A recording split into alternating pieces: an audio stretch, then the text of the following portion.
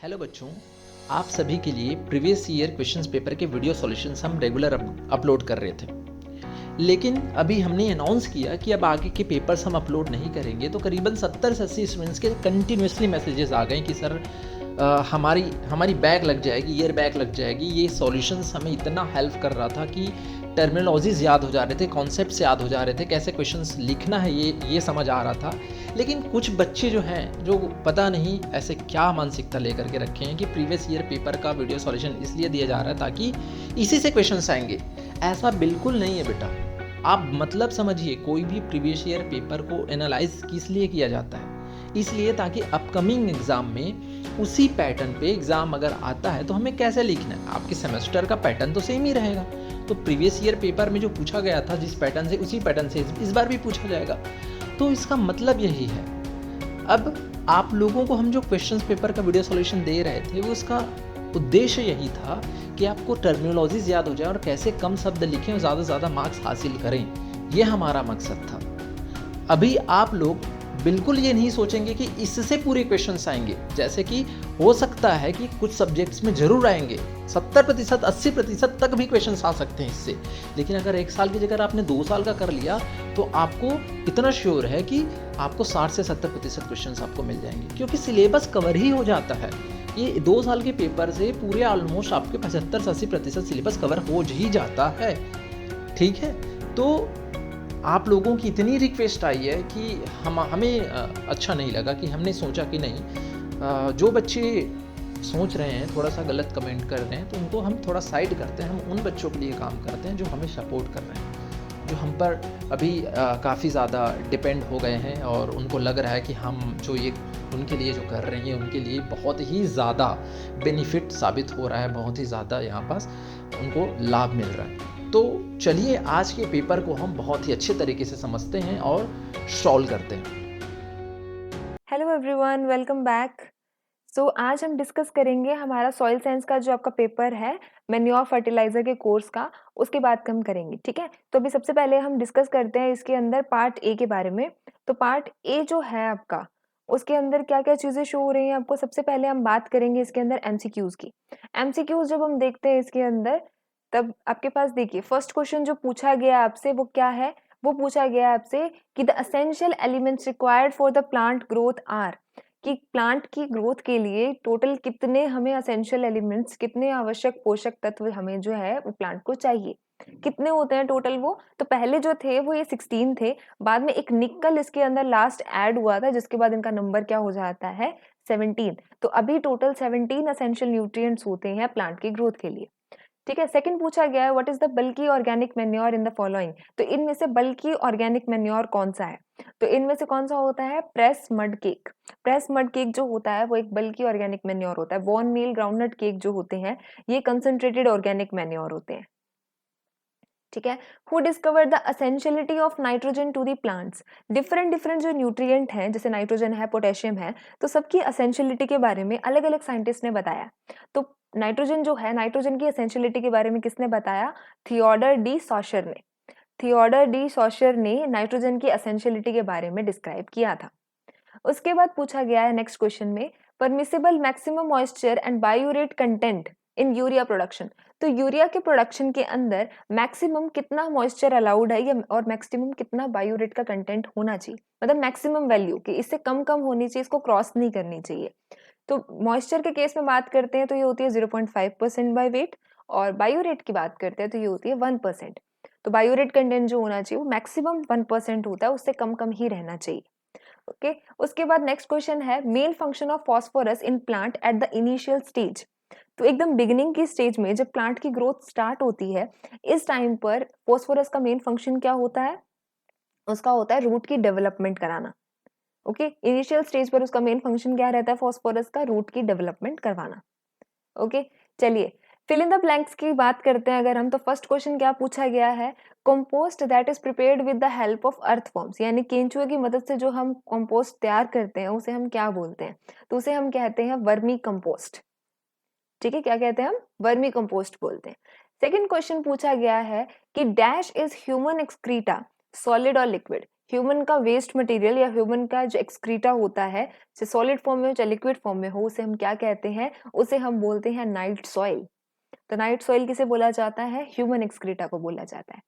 Third पूछा गया है conversion factor to convert the K to the K2O। तो पोटेशियम को K2O की फॉर्म में कन्वर्ट करने के लिए क्या फैक्टर होता है? 1.2051। तो जैसे अगर आपको मान लो K की वैल्यू आपको 5 दी हुई है और आपको उसको K2O में कन्वर्ट करना है, तो आप क्या करोगे? उसके अंदर इस 5 को 1.2051 से मल्टीप्लाई कर दोगे, तो जो भी आपके पास आंसर आएगा वो K2O की वैल्यू होगी। ओके, चलिए उसके बाद आता है हमारे पास नेक्स्ट की डैश फर्टिलाइजर विच सप्लाइज 2 और मोर मेजर न्यूट्रिएंट्स। 2 या 2 से ज़्यादा मेजर न्यूट्रिएंट्स जो होते हैं, जैसे हमारा NPK, ये आपके मेजर न्यूट्रिएंट होते हैं जो सबसे ज़्यादा चाहिए होते हैं प्लांट को। तो 2 या 2 से ज़्यादा मेजर न्यूट्रिएंट जो फर्टिलाइजर प्रोवाइड करता है, इसे हम बोलते हैं कॉम्प्लेक्स फर्टिलाइजर। जैसे कि DAP हो गया, ठीक है? तो DAP से हमें क्या मिलता है? Di ammonium phosphate. तो उससे आपको नाइट्रोजन भी मिलता है और फास्फोरस भी मिलता है, तो वो एक कॉम्प्लेक्स फर्टिलाइजर हो गया। ओके, उसके बाद आता है हमारे पास muriate of potash. Muriate of potash जो है वो किसका सॉल्ट होता है? तो म्यूरेट ऑफ पोटाश जिसे हम MOP बोलते हैं, तो MOP जो होता है वो KCl का सोल्ट होता है, यानी पोटेशियम क्लोराइड का सोल्ट होता है। ठीक है, तो muriate of potash is a salt of KCl। Okay, अब आता है हमारे पास मैच द फॉलोइंग। इसके अंदर थोड़ी सी करेक्शन है, ये इसमें आएगा एंड ये यहाँ आएगा। ठीक है, तो सबसे पहले आता है क्लोर एपेटाइट। एपेटाइट जो होता है ये किसका सोर्स होता है? ये सोर्स होता है फॉस्फोरस का। फॉस्फोरस को हम किससे लेते हैं? एपेटाइट के थ्रू। क्लोर एपेटाइट से हमें फॉस्फोरस मिलता है। ओके, अगला आता है बेनिफिशियल न्यूट्रिएंट। बेनिफिशियल न्यूट्रिएंट कौन सा होता है हमारा? सिलिकन होता है। सिलिकन किसकी कैटेगरी में आता है? बेनिफिशियल न्यूट्रिएंट की कैटेगरी में आता है। ठीक है, उसके बाद आता है डिजीज रेजिस्टेंस। तो प्लांट के अंदर जो डिजीज के लिए या पेस्ट के लिए जो एक प्रतिरोधी क्षमता होती है, जो रेजिस्टेंस होती है, वो मेन कौन से न्यूट्रिएंट की वजह से होती है? वो होती है पोटेशियम की वजह से। इसीलिए अगर आपको बोला जाए कि पोटेशियम की कमी आ गई है प्लांट के अंदर, तो एक सबसे मेजर इफेक्ट कहाँ पर पड़ेगा? वो पड़ेगा उसकी रेजिस्टेंस पावर के ऊपर, उसकी प्रतिरोधी क्षमता के ऊपर। तो वो जो हो जाएगी वो कम हो जाएगी। ठीक है, high analysis fertiliser. High analysis fertiliser होते हैं जिसके अंदर जो एक सिंगल एक न्यूट्रिएंट होता है वो मोर देन आपको 30-40% से ज्यादा आपको मिलेगा वो। जैसे अगर हम यूरिया की बात करते हैं ना, तो यूरिया के अंदर जो नाइट्रोजन होता है वो आपको 46% मिलता है, तो that is a high analysis fertiliser. इसलिए ट्रिपल सुपर फॉस्फेट, तो सिंगल सुपर फॉस्फेट के अंदर क्या होता है? 16% फॉस्फोरस होता है। ट्राई सुपर फॉस्फेट के अंदर हमारे पास ये डबल हो जाएगा। ठीक है, फिर इसमें 48 हो जाएगा ट्राई में। तो ट्रिपल सुपर फॉस्फेट के अंदर ये एक ही सिंगल न्यूट्रिएंट जो है वो बहुत ज्यादा मैक्सिमम अमाउंट में प्रेजेंट है, मोर देन 40% प्रेजेंट है। ठीक है, तो ये किस में आ जाता है? हाई एनालिसिस फर्टिलाइजर में आ जाता है। कॉम्प्लेक्स फर्टिलाइजर हमने अभी देखा, हम किसे बोलते हैं? कि ऐसा फर्टिलाइजर जो क्या करता है? 2 या 2 से ज्यादा मेजर न्यूट्रिएंट को प्रोवाइड करता है, उसे हम बोलते हैं कॉम्प्लेक्स फर्टिलाइजर। तो DAP हमारे पास क्या हो जाता है? कॉम्प्लेक्स फर्टिलाइजर हो जाता है। ठीक है, चलिए ट्रू और फॉल्स की बात करते हैं। तो फर्स्ट पूछा गया है organic material with wide CN ratio have more immobilisation than the mineralisation. देखो CN रेशियो जितना ज्यादा रहता है ना, उसको डिकम्पोज करना उतना ही मुश्किल होता है। ठीक है, मिनरलाइजेशन का मतलब क्या होता है? मिनरलाइजेशन का मतलब होता है अब कोई चीज है हमारे पास, ठीक है, वो ऐसे प्रेजेंट है, तो ऐसे हम उसको क्या कर सकते हैं? हम नहीं निगल सकते उसको, या उसको हम यूज नहीं कर सकते। तो इसको यूज कर अगर हमें यूज करना है तो पहले इसको आपको छोटे छोटे टुकड़ों में तोड़ना पड़ेगा, है ना? यानी कि ये इसकी अनअवेलेबल फॉर्म होती है, ये इसकी अवेलेबल फॉर्म होती है। ठीक है, तो प्लांट उसको ऐसे नहीं यूज कर सकता, उसको ऐसे यूज कर सकता है। इसका प्लांट के लिए हम एग्जांपल समझे तो हमें पता है कि प्लांट जो होता है वो N2 की फॉर्म में नाइट्रोजन को जनरली नहीं लेता है। वो कौन सी फॉर्म में सबसे ज्यादा यूज करता है? नाइट्राइट या नाइट्रेट की फॉर्म में। तो ये इसकी अनअवेलेबल फॉर्म होती है, ये इसकी अवेलेबल फॉर्म होती है। तो इस अनअवेलेबल फॉर्म को अवेलेबल फॉर्म में कन्वर्ट करने को क्या बोला जाता है? मिनरलाइजेशन बोला जाता है। या इसको ऐसे कह सकते हैं कि ऑर्गेनिक मैटर को इनऑर्गेनिक मैटर के अंदर कन्वर्ट करने को हम क्या बोलते हैं? मिनरलाइजेशन बोलते हैं। तो ये CN रेशियो जितना ज्यादा रहता है उतना इसका मिनरलाइजेशन कम होता है और इमोबिलाइजेशन बढ़ जाता है, कि वो ज्यादा मूव नहीं कर सकता, वो अवेलेबल फॉर्म के अंदर नहीं आ जाता। ठीक है, तो ये स्टेटमेंट इसकी ट्रू हो गए। अमोनियम नाइट्रेट्स जो होते हैं ये बहुत ही ज्यादा हाइग्रोस्कोपिक नेचर के होते हैं, बहुत ही ज्यादा वॉलेटाइल नेचर के होते हैं। ठीक है, तो ये क्या होता है? इसके अंदर ट्रू रहता है। Ammonium nitrates they are hygroscopic and they are explosive in nature. ठीक है। Continuous use of DAP can cause the sulphur deficiency in the soil. तो डीएपी अगर हम बहुत एक्सेस यूज कर लेते हैं तो वहां पर सल्फर की डेफिशिएंसी आने लग जाती है, क्योंकि ऐसे बहुत सारे न्यूट्रिएंट के अंदर इफेक्ट होता है आपस के अंदर। इसलिए एक बहुत बैलेंस्ड तरीका होना बहुत जरूरी होता है सभी न्यूट्रिएंट्स का, क्योंकि कई बार ऐसे होता है कि बहुत एक न्यूट्रिएंट के बढ़ने की वजह से दूसरे की डेफिशिएंसी होने लग जाती है। जैसे सिमिलर सा कंटेंट इसमें है कि डीएपी बहुत एक्सेस आप यूज करोगे तो उसमें नाइट्रोजन फास्फोरस अच्छा खासा मिल रहा है उसे, इसकी वजह से क्या हो रहा है, सल्फर की डेफिशिएंसी आ रही है। ओके। अगला आता है हमारे पास, phosphorus nutrient moves freely in the soil. गलत क्यों है ये? अगर यहाँ पर मैं बोलती आपको कि फास्फोरस न्यूट्रिएंट फ्रीली मूव करता है किस में, प्लांट में, तो आप स्टेटमेंट को करते ट्रू, ये ट्रू होता, क्योंकि फास्फोरस ऐसा न्यूट्रिएंट होता है जो प्लांट के अंदर तो बहुत ज्यादा मोबाइल होता है, यानी आराम से मूव करता है प्लांट के अंदर, आराम से इधर उधर घूमता है जहां उसका मन करता है। लेकिन यही न्यूट्रिएंट सॉइल के अंदर इमोबाइल होता है, सॉइल के अंदर ये फ्रीली मूव नहीं करता है। ओके। तो ये स्टेटमेंट क्या हो जाएगी, सॉइल के अंदर पूछा है इन्होंने तो ये फॉल्स हो जाएगी। Okay. Rock phosphate is water soluble when mixed with the soil. तो रॉक फॉस्फेट को जब आप सॉइल के साथ मिक्स कर देते हो तब ये वाटर सॉल्युबल हो जाता है। तो दैट स्टेटमेंट इज ट्रू। तो ये आपका पार्ट ए जो है वो कंप्लीट हो गया है। ओके। तो नेक्स्ट हम बात करेंगे इसके अंदर पार्ट बी की। So okay, have a nice day, bye bye. Hello everyone, welcome back. तो हम डिस्कस कर रहे थे आपका थर्ड ईयर के फर्स्ट सेमेस्टर का जो सॉइल साइंस का कोर्स है, जिसके अंदर आपका जो मेन्योर और फर्टिलाइजर का कोर्स आता है, राइट। तो इसके अंदर हम पार्ट ए कंप्लीट करने के बाद अब हम बात करेंगे पार्ट बी की, जो कि आपका डेफिनेशन वाला पोर्शन आता है। ठीक है। तो चलिए फर्स्ट डेफिनेशन हम इसके अंदर देखते हैं। तो फर्स्ट डेफिनेशन जो आपसे पूछी गई है that is about the mixed fertiliser. तो हम मिक्स्ड फर्टिलाइजर्स किसको बोलते हैं? अब नाम के अंदर क्या दिया हुआ है, मिक्स्ड, यानी कि दो डिफरेंट डिफरेंट फर्टिलाइजर्स को जो अब आप आपस में मिक्स करके और फिर उसे यूज करते हो, उसे हम क्या कहते हैं, मिक्स्ड फर्टिलाइजर, राइट। अब इसकी डेफिनेशन क्या दी हुई है हमें कि mixed fertiliser means mixture of two और मोर स्ट्रेट फर्टिलाइजर, यानी कि जो नॉर्मल डायरेक्ट आपके जो फर्टिलाइजर्स हैं, कुछ फर्टिलाइजर्स को आप इसके अंदर क्या करोगे, मिक्स करोगे और फिर उसको यूज करोगे, उसे हम क्या बोलते हैं, मिक्स फर्टिलाइजर।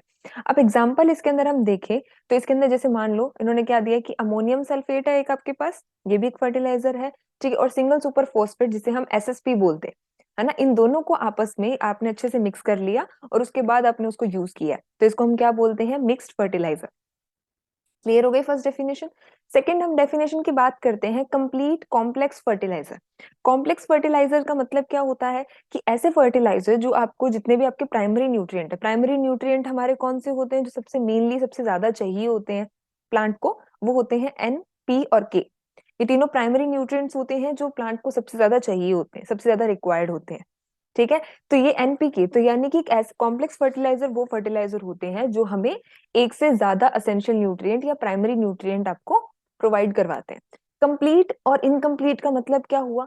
कंप्लीट का मतलब होगा कि ऐसा कॉम्प्लेक्स फर्टिलाइजर जो आपको तीनों प्राइमरी न्यूट्रिएंट प्रोवाइड करवा रहा है, और इनकम्प्लीट में ऐसा होगा कि इनमें से कोई दो आ जाएंगे, ठीक है, कोई भी दो आ सकता है इसके अंदर या कोई भी एक आ जाएगा, ठीक है। अब जैसे आपके पास क्या होती है, डीएपी होती है, डाई अमोनियम फोस्फेट होता है ना, तो उसके अंदर आपके पास क्या होता है, नाइट्रोजन भी होता है और फोस्फेट भी होता है, लेकिन पोटेशियम नहीं होता है, तो वो क्या हो जाता है आपके पास, इनकम्प्लीट कॉम्प्लेक्स फर्टिलाइजर हो जाता है, ठीक है। अब इसके अंदर हमसे पूछा है कि इन्होंने कंप्लीट पूछा है, यानी कि ऐसा कॉम्प्लेक्स फर्टिलाइजर जो आपको तीनों प्राइमरी न्यूट्रिएंट प्रोवाइड करवाएगा, एन भी होगा, पी भी होगा और के भी होगा, उसे हम बोलते हैं कंप्लीट कॉम्प्लेक्स फर्टिलाइजर।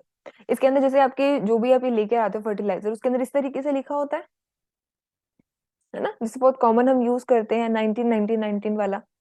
तो इसके अंदर क्या होता है, एन, पी, के, तीनों प्रेजेंट होते हैं, तो इसे हम क्या बोलते हैं, कंप्लीट कॉम्प्लेक्स फर्टिलाइजर। क्लियर हो गया नाम? चलिए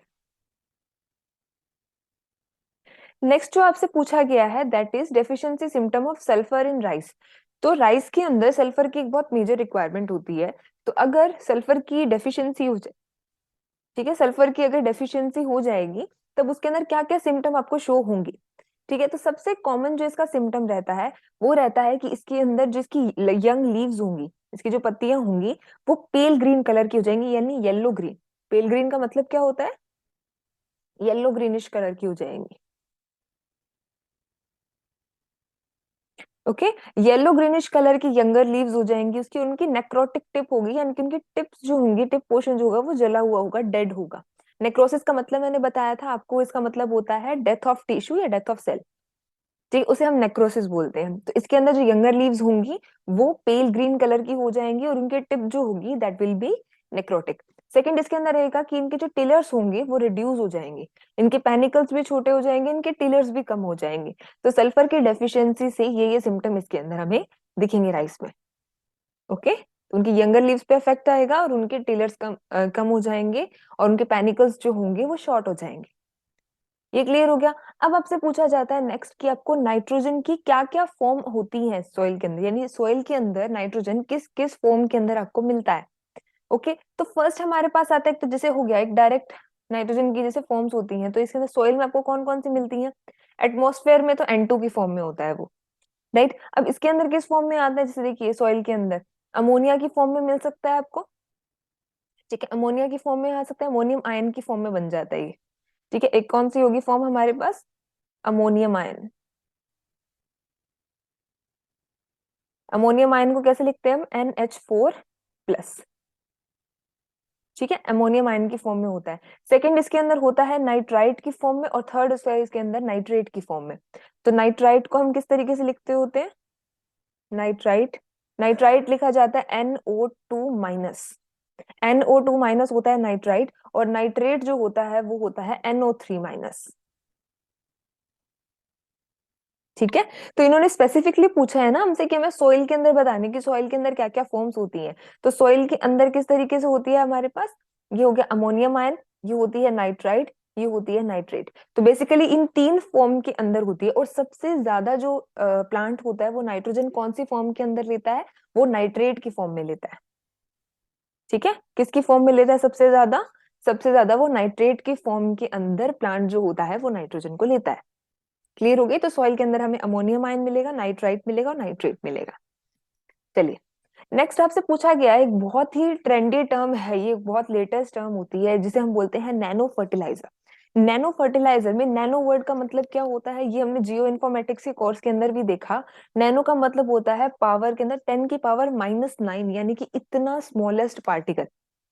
ठीक है, तो कोई भी पार्टिकल का साइज जब 10⁻⁹ की रेंज तक का आ जाता है, -9 का क्या बोलेंगे, यानी एक के नीचे इतनी जीरो लगाओगे, इतनी स्मॉल वैल्यू कितनी हो गई, 3, 6, इस तरीके से 10⁻⁹ की वैल्यू का जो भी उसके साइज का जो भी पार्टिकल होता है उसे हम नैनो पार्टिकल बोलते हैं।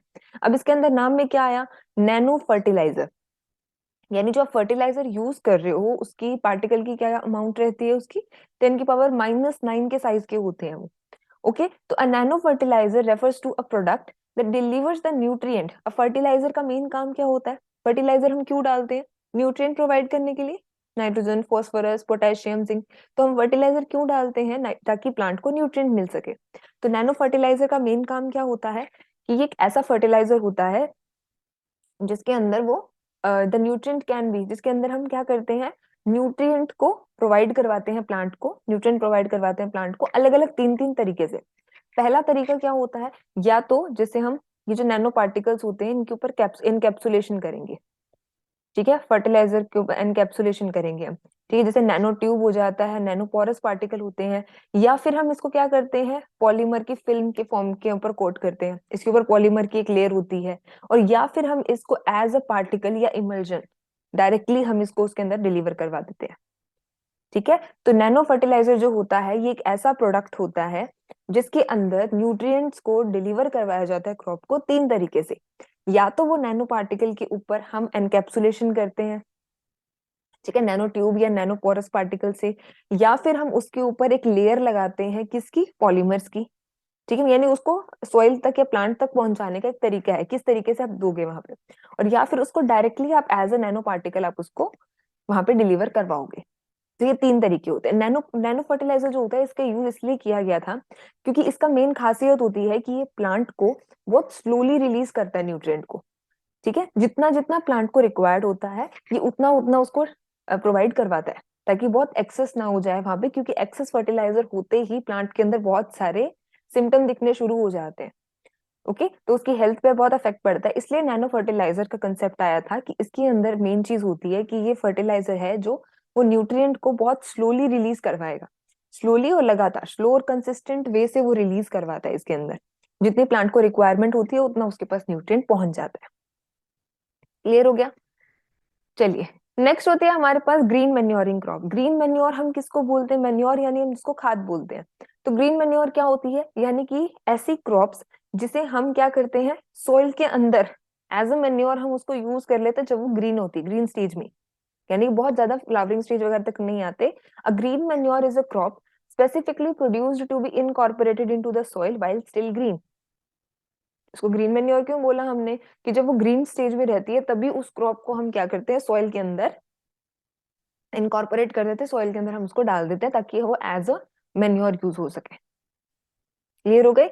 अब इसके अंदर इंपॉर्टेंटली हम कौन कौन सी क्रॉप्स को मैन्योर की तरह, खाद की तरह यूज करने के लिए हम स्पेशली ग्रो करवाते हैं, तो वो कौन सी होती है? फर्स्ट होती है सनहेम। सनहेम का नाम क्या होता है? क्रोटोलेरिया जुनशिया। सेकेंड होती है हमारे पास ढैंचा, जिसका नाम होता है सिसबेनिया एक्यूलेटा। थर्ड होती है क्लस्टर बीन, जो गुआर बोलते हैं हम जिसको, साइमोप्सिस टेट्रागोनोलोबा। तो ये कुछ एग्जांपल्स होते हैं, इसके अलावा यहाँ पे भी आपको दिए गए हैं।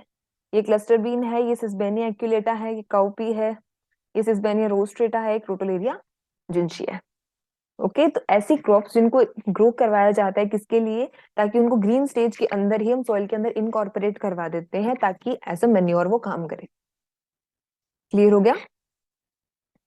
चलिए नेक्स्ट जो आता है हमारे पास क्वेश्चन, दैट इज कि आपको बताना है कि एक्सेसिव नाइट्रोजन एप्लीकेशन की वजह से प्लांट के अंदर क्या क्या सिम्टम शो होते हैं, यानी कि नाइट्रोजन की टॉक्सिसिटी के क्या क्या सिम्टम होते हैं।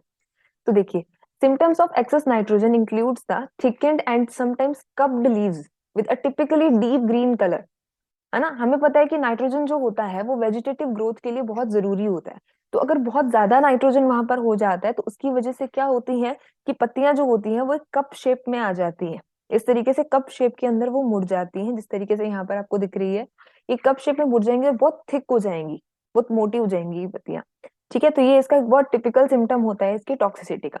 ओवर फर्टिलाइजेशन जब हो जाता है उससे लीव्स जो होती है वो ब्राउन कलर की या बहुत एक्सेस डार्क ग्रीन कलर की हो जाती है, और उनकी जो मार्जिन्स होती हैं वो आपको येलो दिखती है। क्लियर है? तो अगर बहुत ज्यादा एक्सेस फर्टिलाइजेशन हम कर देते हैं नाइट्रोजन का तो उससे लीव्स जो होती हैं वो ब्राउनिश होने लग जाती है, डार्क ग्रीन कलर की हो जाती है, और उनके टिप्स के ऊपर या मार्जिन जो होती है वो येलो कलर की हो जाती है। बाकी नाइट्रोजन के लिए स्पेसिफिकली आपको क्या लिखना है कि इसकी जो लीव्स होंगी वो थिक हो जाएंगी, मोटी हो जाएंगी और कप्ड हो जाएंगी, कप शेप की हो जाएंगी, और बहुत ज्यादा डीप ग्रीन कलर की वो हो जाती है। हो गया? चलिए अब नेक्स्ट आपसे पूछा है कि अब बताइए कि फॉस्फोरस की डेफिशिएंसी, आपको ये चीज देखनी है कि आपसे डेफिशिएंसी पूछी है या टॉक्सिसिटी पूछी है। फॉस्फोरस की कमी आने की वजह से क्या क्या सिम्टम क्रॉप के अंदर शो होंगी। तो देखिए इसमें आपको क्या दिख रहा है यहाँ पे कि लीव्स के अंदर कुछ रेड पर्पलिश कलर आ रहा है, ये आ रहा है हमारे पास। तो रेड ब्लू कलर का, रेड पर्पल कलर का जो आता है सिम्टम आता है, ये फॉस्फोरस की डेफिशिएंसी की वजह से आता है। तो फॉस्फोरस की डेफिशिएंसी से क्या आता है, टेंड्स टू इनिबिट और प्रिवेंट द शूट ग्रोथ। तो फास्फोरस की अगर कमी आती है तो शूट की ग्रोथ यानी स्टेम की ग्रोथ जो होती है वो रुकने लग जाती है, वो कम हो जाती है। इसकी वजह से क्या होता है कि जो लीव्स होती हैं वो डार्क हो जाती हैं, बहुत डल पड़ जाती हैं, वो ब्लूइश ग्रीन कलर की हो जाती हैं। ठीक है, और अगर बहुत एक्सेस डेफिशिएंसी हो जाती है तो बिल्कुल पेल हो जाती है, बिल्कुल ही येलोइश व्हाइट कलर की हो जाती है। ठीक है, सबसे मेन आता है ये reddish violet symptom. Reddish violet symptom develop from the increased anthocyanin synthesis. ठीक है, तो अगर एंथोसाइनिन का ये दिखता है क्यों, अगर आपसे पूछें कि फास्फोरस की कमी की वजह से जो ये रेड पर्पलिश कलर आता है, एक्चुअल में इस रेड पर्पल कलर आने का कारण क्या होता है? तो ये कारण होता है कि उस जगह पर एंथोसाइनिन जो पिगमेंट होता है, एंथोसाइनिन नाम का पिगमेंट जो होता है वो बहुत ज्यादा बनने लग जाता है, और एंथोसाइनिन का कलर ही ये वॉयलेट कलर होता है। तो एंथोसाइनिन वहां पर बहुत ज्यादा बनने लग जाता है, इसकी वजह से जो लीव्स होती हैं वो purple, red purple colour show करती है। तो फास्फोरस की डेफिशिएंसी से क्या होगा, शूट की ग्रोथ रुकने लग जाएगी, कम हो जाएगी, इसकी लीव्स बहुत डार्क हो जाएंगी, ब्लूइश ग्रीन कलर की हो जाएंगी। रेडिश वॉयलेट कलर का सिम्टम आएगा यहाँ पे, किसकी वजह से आएगा, एंथोसाइनिन के पिगमेंट के ज्यादा बनने की वजह से वो आएगा। ठीक है, और सिम्टम्स हमेशा पहले कहाँ शो होते हैं, हमेशा वो पहले शो होते हैं जो ओल्ड लीव्स होती हैं, ओल्ड प्लांट के पार्ट होते हैं वहां पर। ओके, चलिए forms of potassium in soil. अब आपसे पूछा है कि सॉइल के अंदर क्या क्या फॉर्म्स होते हैं, जिस तरीके से हमने पहले नाइट्रोजन के अंदर देखा था। ओके, तो इसके अंदर मैंने थोड़ा सा इसके अंदर मैटर ऐड किया है कि इन केस अगर ये चीज आपसे लॉन्ग क्वेश्चन के अंदर वो पूछते हैं तो इसको थोड़े थोड़े इन फॉर्म्स को आपको एक्सप्लेन कर लें आप दो दो लाइन के अंदर ना। तो इसके अंदर बेसिकली पोटेशियम की सॉइल के अंदर चार तरीके की फॉर्म्स होती है, चार तरीके से आपको पोटेशियम मिलता है। फर्स्ट जो होती है वो होती है वाटर सॉल्युबल, जो पानी में घुल जाता है। ओके, सेकंड होती है एक्सचेंजेबल। ठीक है, एक्सचेंजेबल फॉर्म होती है उसकी पोटेशियम की। थर्ड होती है कि वो फिक्स्ड होता है, किसी चीज के साथ ऐड होके वो फिक्स हो रखा है वहां पे। और चौथी होती है कि डायरेक्टली मिनरल की फॉर्म में। तो चार फॉर्म होती है हमारे पास, वाटर सॉल्युबल, एक्सचेंजेबल, फिक्स्ड और मिनरल। चार तरीके की फॉर्म्स होती हैं। अब अगर हम बात करते हैं इसके अंदर वाटर सॉल्युबल पोटेशियम की, वाटर सॉल्युबल यानी potassium present in the soil solution. Soluble है, पानी में घुला हुआ है, यानी कि सॉइल के जो सोल्यूशन है, जो पानी उसके सॉइल के अंदर जो सोल्यूशन बना हुआ है उसके अंदर वो इसके अंदर घुला होगा। किस तरीके, जैसे हम के प्लस की फॉर्म में, ये के प्लस आयन की फॉर्म में वो सॉइल के सॉल्यूशन के अंदर घुला हुआ होता है। ठीक है, और इस फॉर्म के अंदर वो बहुत रेडिली एब्जॉर्ब, बहुत फास्टली, रेडिली का मतलब होता है बहुत फास्टली प्लांट जो होता है वो इसको एब्जॉर्ब कर लेता है, बहुत इजीली अवेलेबल हो जाता है वो प्लांट्स को। ठीक है, ये चीज हो गया इसके अंदर। And invariably subject to leaching loss in relation to the soil properties. लेकिन यही चीज होगा, लीचिंग का मतलब क्या होता है, लीचिंग का मतलब होता है जब पानी वगैरह के बहाव से लीचिंग होती है, पानी का लॉस होना। पानी और न्यूट्रिएंट का जब लॉस होना, बहुत एक्सेस फ्लो हो जाता है उसका, उसको हम लीचिंग बोलते हैं, फ्लो डाउन हो जाता है न्यूट्रिएंट्स का। तो अगर ये पानी के अंदर घुला हुआ होगा आयंस के अंदर, तो जाहिर सी बात है कि जब लीचिंग होगी तब ये भी चला जाएगा उसके साथ। तो ये इसके अंदर दिक्कत होती है।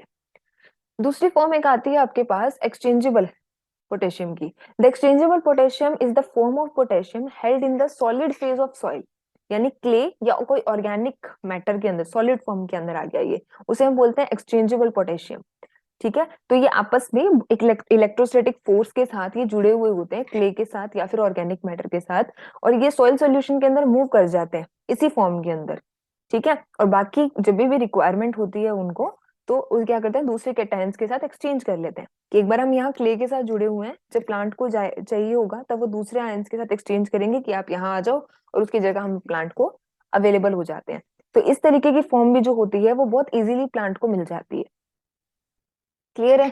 मिनरल वाले के अंदर क्या होता है कि ये most of the total potassium in soil in the form of mineral, ज्यादातर तो वो मिनरल्स की फॉर्म के अंदर रहती है। ठीक है, जैसे मिनरल्स कौन से होते हैं पोटेशियम वाले, बायोटाइट होता है, मस्कोवाइट होता है, फेल्ड्स्पार होता है, तो इन मिनरल्स की फॉर्म के अंदर वो होती है। तो ये जो फॉर्म होती है ये नॉन एक्सचेंजेबल होती है, ऐसा नहीं है कि किसी दूसरे केटायन या किसी दूसरे आयंस के साथ ये एक्सचेंज करके और प्लांट को मिल जाएगी। ठीक है, तो ये वाली फॉर्म अवेलेबल इतनी नहीं होती है, बहुत स्लोली अवेलेबल होती है ये। क्लियर हो गया। और फिक्स्ड वाली जो होती है पोटेशियम, ये क्या होते हैं, ये जियोलाइट्स की फॉर्म में, वर्मिकुलाइट्स की फॉर्म के अंदर ये होते हैं।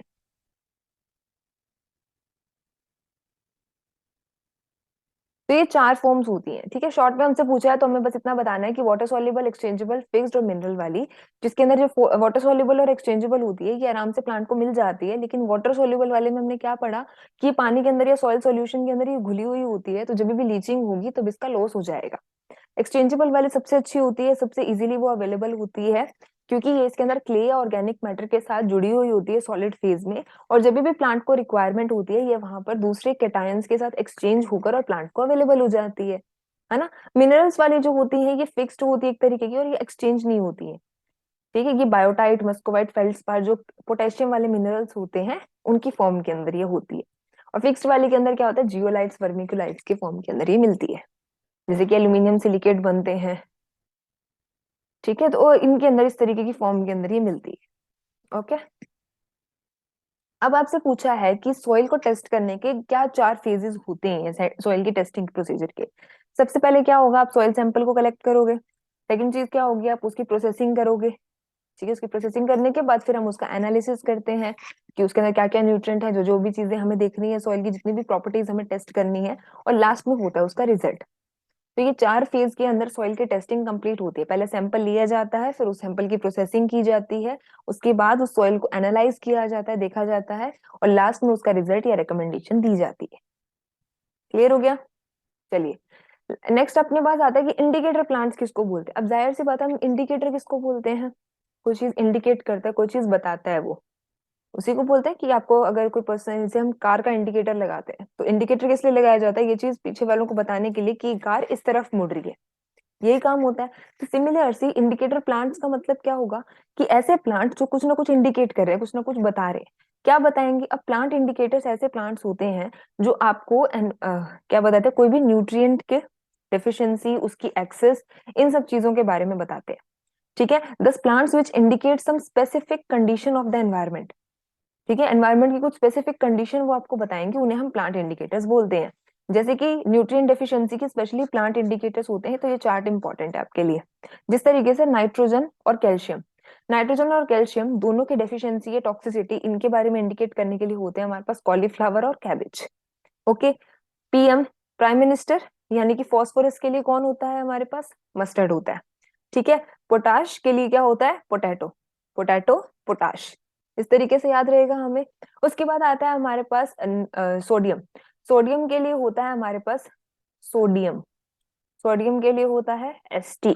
एसडी के लिए होता है एसटी, यानी कि शुगर बीट और टर्निप। बोरोन के लिए क्या होता है हमारे पास? सनफ्लावर। ठीक है, बोरोन के लिए क्या हुआ हमारे पास? सनफ्लावर। और आयरन के लिए होता है सोर्गम। कॉपर का होता है वीट, और जिंक के लिए क्या होता है? मीज। ओके, तो ये चार्ट इंपॉर्टेंट है। आपसे डेफिशिएंसी, आपके पर्टिकुलर इंडिकेटर प्लांट आपसे पूछ सकते हैं कि कौन से न्यूट्रिएंट की डेफिशिएंसी को बताने के लिए कौन सी इंडिकेटर प्लांट्स का यूज किया जाता है। ओके, नाउ अब आपके पास आती है लास्ट डेफिनेशन जो है, दैट इज फर्टिलाइजर रेशियो। तो इसके अंदर मैं दोनों दोनों टर्म्स एक साथ बताती हूँ ताकि दोनों के बीच में कंफ्यूजन नहीं रहनी चाहिए हमें। एक टर्म होती है फर्टिलाइजर ग्रेड, एक होती है फर्टिलाइजर रेशियो। एक होती है ग्रेड, एक होती है रेशियो। रेशियो का मतलब क्या होता है? आप कभी भी कोई चीज का रेशियो बताते हो तो हम क्या करते हैं, उसको बहुत सिंपल फॉर्म में बताते हैं, एक रिलेटिव फॉर्म में बताते हैं हम उसको, है ना। तो रेशियो क्या होता है? जिससे आपको लिखा 10/20 का लिखा, तो आप उसको क्या बताते हो कि भाई 1:2 है। जैसे एक के नंबर 10 आए हैं एक स्टूडेंट के, दूसरे के 20 आए हैं, तो दोनों का आपस में रेशियो क्या रहता है कि भाई 1:2 का है ना, कि इसके इससे 2 गुना है, 1:2 है। तो बहुत सिंपल फॉर्म में हम बताते हैं कि इस, आप रेशियो कैसे बोलोगे कि भाई उसके मुकाबले इसके दुगने नंबर है, यानी उसके रिलेशन में आप बता रहे हो, वो रेशियो होता है। तो फर्टिलाइजर रेशियो क्या होता है कि इसके अंदर हम रिलेटिव अमाउंट बताते हैं कि एनपीके की, नाइट्रोजन, फास्फोरस और पोटेशियम की आपस में रिलेटिव अमाउंट क्या है, किस रेशियो में आप उसको डालोगे। ठीक है, तो वो होता है हमारे पास, यानी जिसके अंदर हम कभी भी कंपेयर करते हैं रेशियो के अंदर।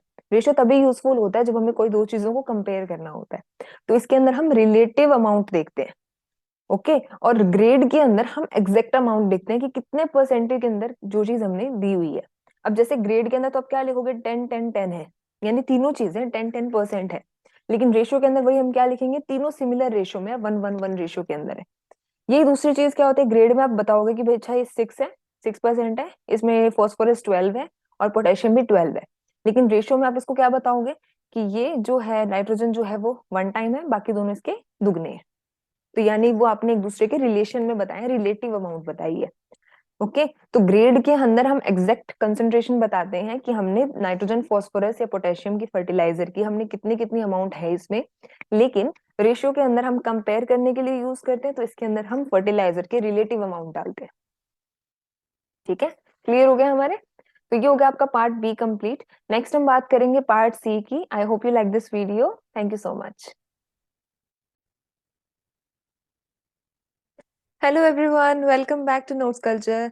तो पार्ट बी के डिस्कशन के बाद सॉइल साइंस के पेपर के अंदर हम बात करेंगे पार्ट सी की। तो पार्ट सी के अंदर हम देखें तो फर्स्ट क्वेश्चन आपके पास क्या पूछा गया है? फर्स्ट क्वेश्चन हमसे पूछा गया है कि आपको बताना है कि कंसंट्रेटेड ऑर्गेनिक मैन्योर्स क्या होते हैं।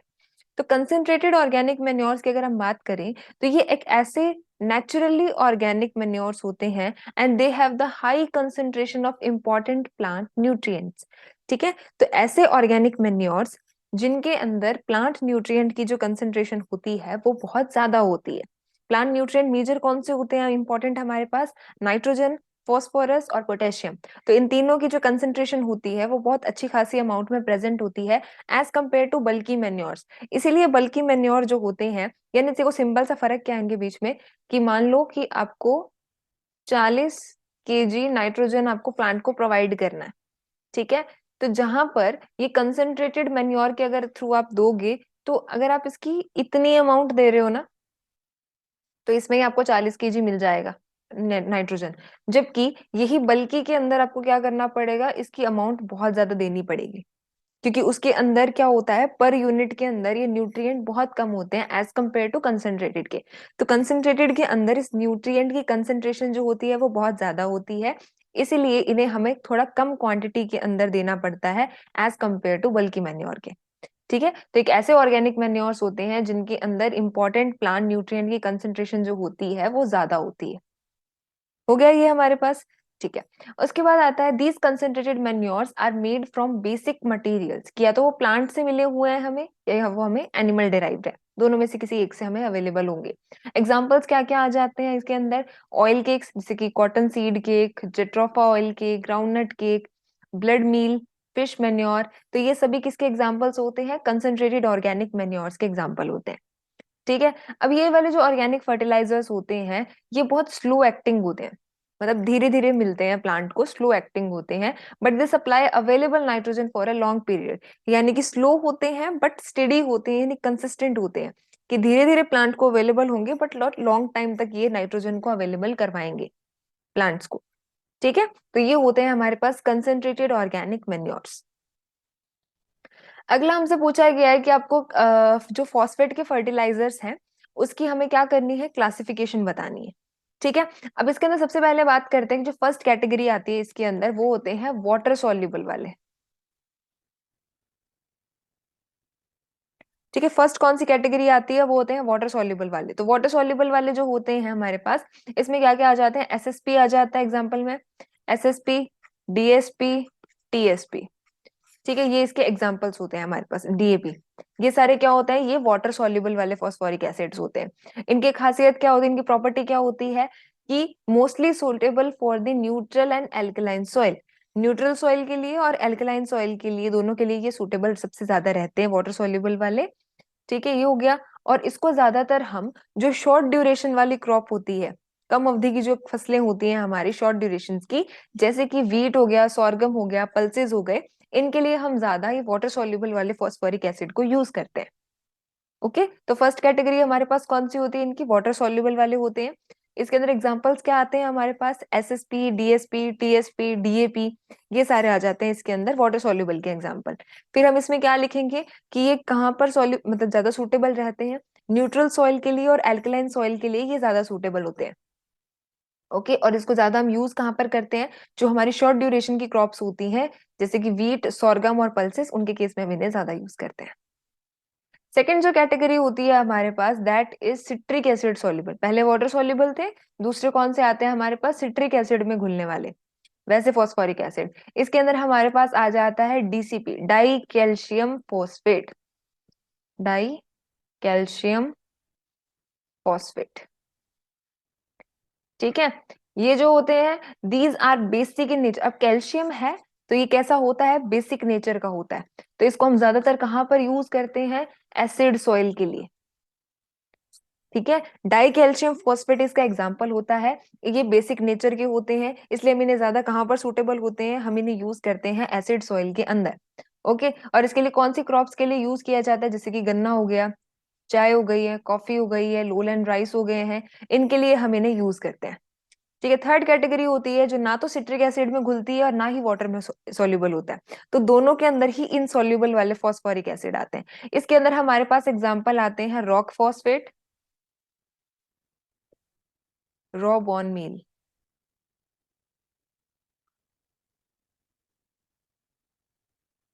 ठीक है, ये दोनों एग्जांपल्स में आ जाते हैं, तो ये हमारे एसिडिक सॉइल्स के या ऑर्गेनिक सॉइल के अंदर ये सुटेबल रहते हैं।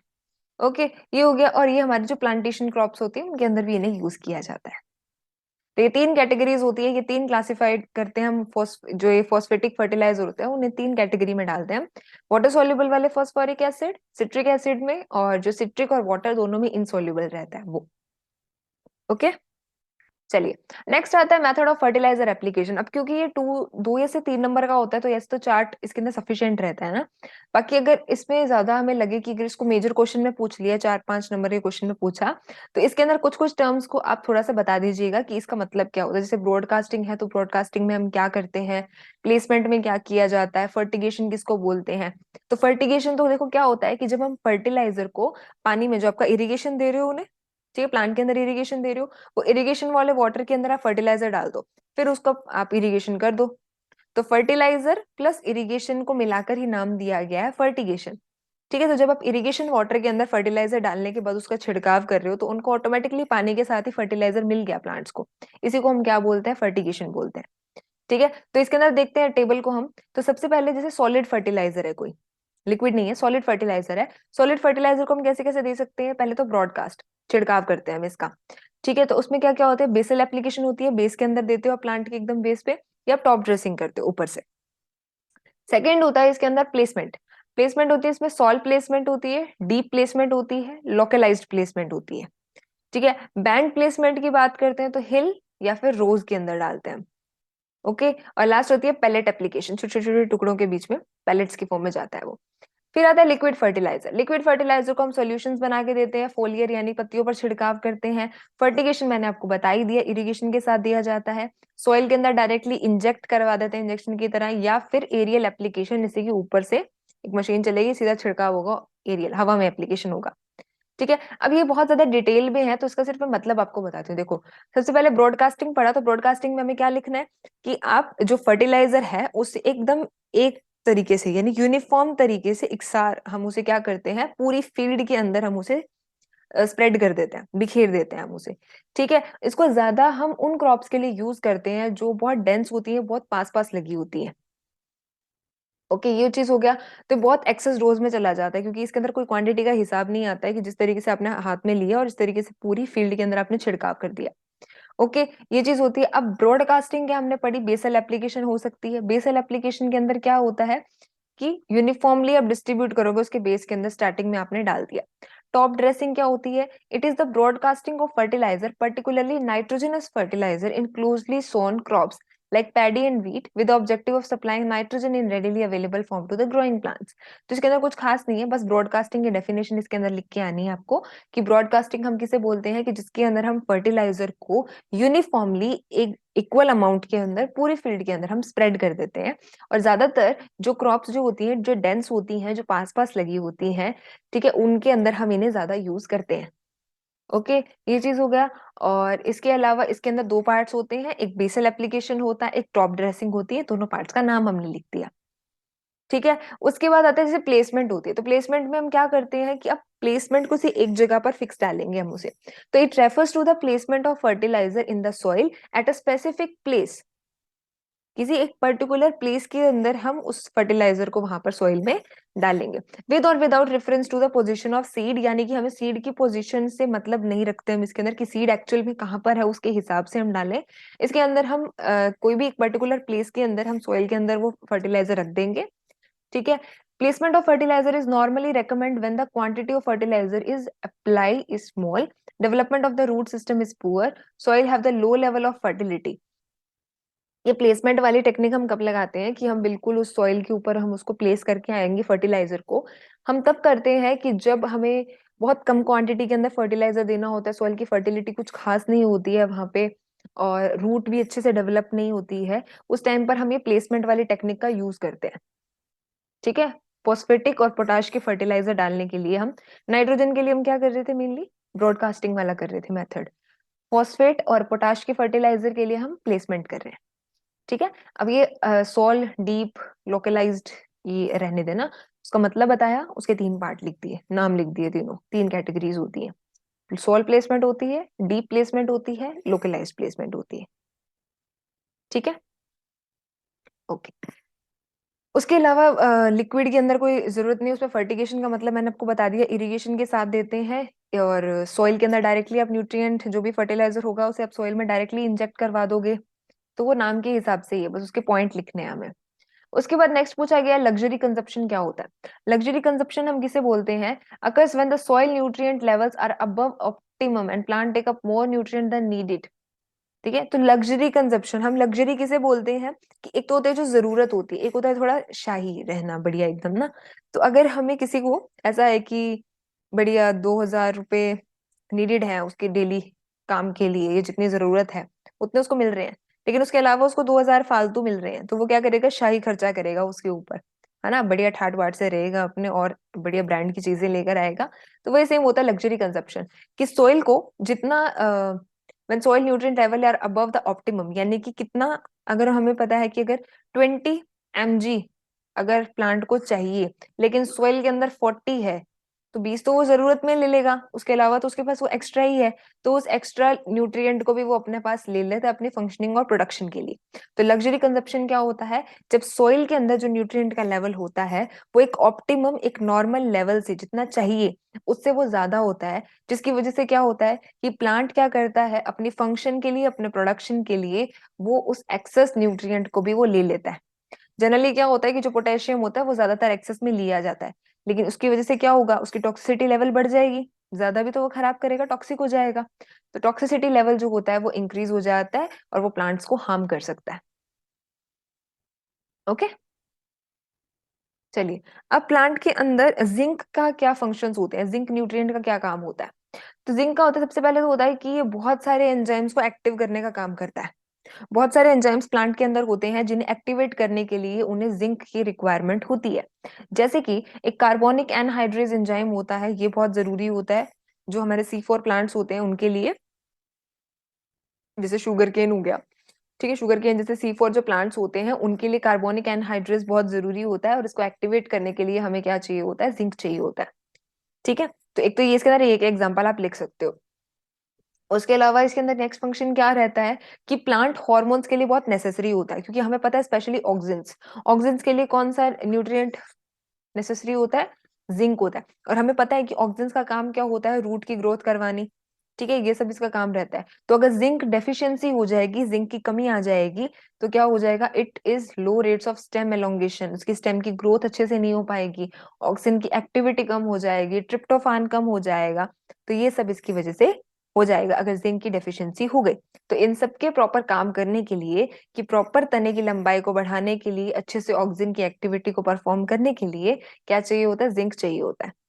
ठीक है, zinc is very closely related to nitrogen metabolism of the plant. तो नाइट्रोजन के मेटाबॉलिज्म के लिए, मेटाबॉलिज्म का मतलब क्या होता है, सिंपल सा, मेटाबॉलिज्म का मतलब होता है कि जो आपने खाना खाया है, ठीक है, उसको एनर्जी में कन्वर्ट करना। क्योंकि जब तक एनर्जी में वो कन्वर्ट नहीं होगा तब तक आपकी ग्रोथ नहीं होती है।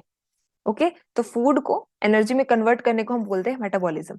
तो मेटाबॉलिज्म जो होता है नाइट्रोजन का मेटाबॉलिज्म के लिए बहुत जरूरी होता है जिंक का होना। ओके, आरएनए का जो पॉलीमरेज एंजाइम होता है उसके अंदर भी जिंक चाहिए।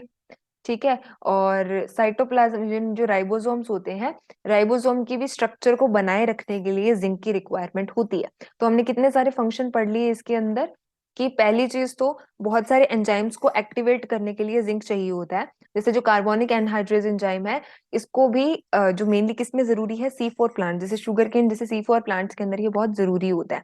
तो इसको एक्टिवेट करने के लिए जिंक एलिमेंट की रिक्वायरमेंट होती है। ओके, ये हो गया। उसके बाद आता है कि जो प्लांट हॉर्मोन्स होते हैं, स्पेशली जो IAA, इंडोल एसिटिक एसिड, जो एक तरीके का ऑक्सिन होता है, इसके लिए भी बहुत जरूरी है कि जहां पर जिंक की डेफिशिएंसी आएगी वहां पर प्रॉपर स्टेम एलोंगेट नहीं हो पाएगी, ऑक्सिन की एक्टिविटी अच्छे से नहीं हो पाएगी, ट्रिप्टोफान जो होगा वो भी कम बनेगा। जिंक जो होता है वो नाइट्रोजन की मेटाबॉलिज्म से बहुत क्लोजली रिलेटेड होता है। ठीक है, आरएनए के पॉलीमरेज, जो आरएनए पॉलीमरेज नाम का जो एंजाइम होता है, इसके अंदर भी जिंक चाहिए होता है। ठीक है, और इसके अलावा साइटोप्लाज्म के अंदर जो हमारे राइबोसोम्स प्रेजेंट होते हैं, उनके स्ट्रक्चर को भी बनाए रखने के लिए जिंक जरूरी होता है। क्लियर हुआ? चलिए, अब हमें बताना है बोरोन के फंक्शंस बताने हैं प्लांट के अंदर। तो बोरोन का कहाँ कहाँ फंक्शन रहता है, बहुत सारे फंक्शंस होते हैं इसके ना, तो मेन मेन दिखते हैं इसके अंदर। ये सबसे इंपॉर्टेंट है, पॉलिनेशन में, पॉलन के जर्मिनेशन में, पॉलन ट्यूब की ग्रोथ के अंदर, ये बहुत इंपॉर्टेंट रहता है, यहाँ पर बोरोन का सबसे मेजर फंक्शन रहता है। ठीक है, ये हो गया। उसके अलावा क्या आता है हमारे पास, इम्पोर्टेंट तो ये आते हैं ना इसमें। इसके अलावा सीड सेटिंग में हेल्प करता है, फ्रूट की क्वालिटी इंप्रूव करने में हेल्प करता है। ठीक है, और तो ये तो मेन आप लिख सकते हो इसके अंदर, ये वाले दो तो। ठीक है, इंपॉर्टेंट तो यही है इसके अंदर मेनली। ठीक है, उसके अलावा बाकी सारी एक्टिविटी के अंदर ये पार्टिसिपेट कर जाता है, लेकिन जनरली जैसे फ्लावर का प्रोडक्शन, एंथर के formation, pollination, pollen germination, pollen tube की ग्रोथ, जो सबसे इंपॉर्टेंट रहता है इसका, इस फंक्शन में इसका सबसे इंपॉर्टेंट रहता है ये। तो 5 से 6 फंक्शन आप इसके अंदर से लिख सकते हो, वो सफिशिएंट होंगे। ठीक है, चलिए, अब आपको बताना है essentially secondary plant nutrients. Primary हम किसे बोलते हैं? एनपीके को, नाइट्रोजन, फास्फोरस और पोटेशियम। इन तीनों को हम बोलते हैं हमारे प्राइमरी न्यूट्रिएंट्स, जो सबसे ज्यादा अमाउंट के अंदर प्लांट को चाहिए होते हैं। सेकेंडरी होते हैं जो ठीक है इतनी ज्यादा खास अमाउंट में हमें नहीं चाहिए, इतनी ज्यादा जरूरत नहीं है प्लांट को। इसको असेंशियल सेकेंडरी क्यों बोला है? कि इतनी ज्यादा अमाउंट के अंदर नहीं चाहिए लेकिन बहुत जरूरी है, इसलिए इसको नाम में क्या दे दिया? Essential secondary plant nutrients. कि वो सेकेंडरी है, कि एनपीके जितना जरूरी नहीं है, एनपीके जितने नहीं चाहिए वो उन्हें क्वांटिटी के अंदर, बट वो जरूरी है।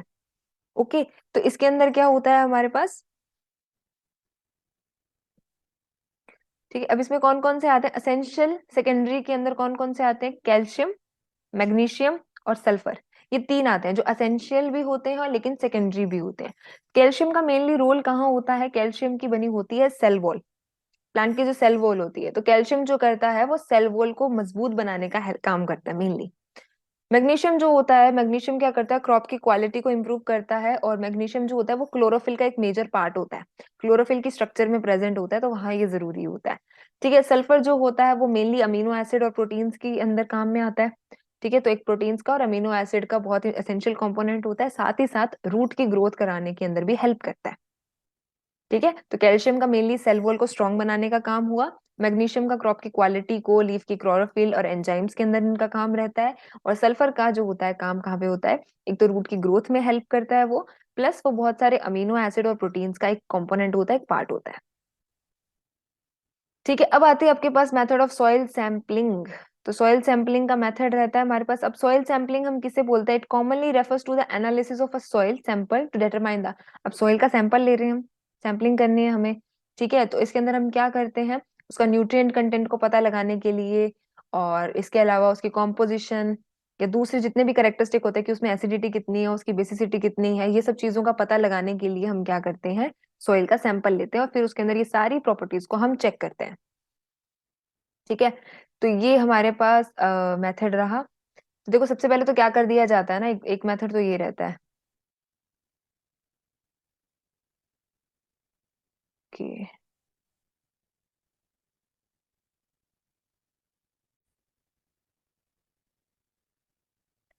सो नेक्स्ट क्वेश्चन की जब हम बात करते हैं इसके अंदर पार्ट सी में, दैट इज क्वेश्चन नंबर 7।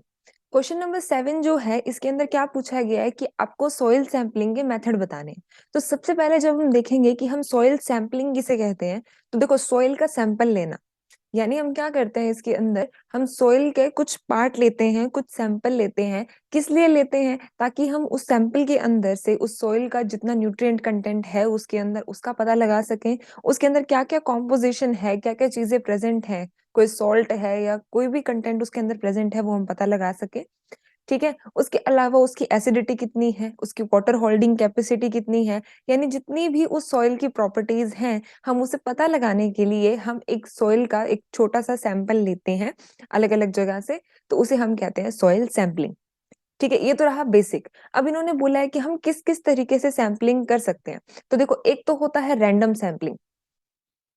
ठीक है, क्या होता है? एक रैंडम सैम्पलिंग होता है। रैंडम सैम्पलिंग का मतलब क्या होता है, यानी कि ये कहाँ पर की जाती है? सबसे पहले तो कि जो यूनिफॉर्म फील्ड्स होती हैं, कि कोई डिफरेंस नहीं है, स्टार्टिंग से लेकर एंड तक आपकी फील्ड बिल्कुल एक जैसी लग रही है, उस जगह पर हम क्या करते हैं? रैंडम सैम्पलिंग करते हैं, क्योंकि उसके अंदर से हर जगह से आपका एक कंडीशन जो है वो कॉन्स्टेंट है पूरी फील्ड के अंदर, है ना? तो इसके अंदर क्या होता है? Random sampling is performed on the uniform fields. In this soil sampling technique, a global positioning system is used to keep a record of soil nutrient data. तो इसके अंदर हम क्या करते हैं? हम जीपीएस का यूज करते हैं किसके लिए? सॉइल का न्यूट्रिएंट डाटा को रिकॉर्ड करने के लिए कि कहाँ पर फील्ड के कौन से पार्ट में कितना कितना न्यूट्रिएंट प्रेजेंट है। ठीक है, the procedure can be use repeatedly for the years over the time the same random points that are geo influenced with GPS. अब देखो इसको सिंपल लैंग्वेज में समझो। ये आपकी फील्ड है, ठीक है, पूरी यूनिफॉर्म एक जैसी है आपकी फील्ड टोटल।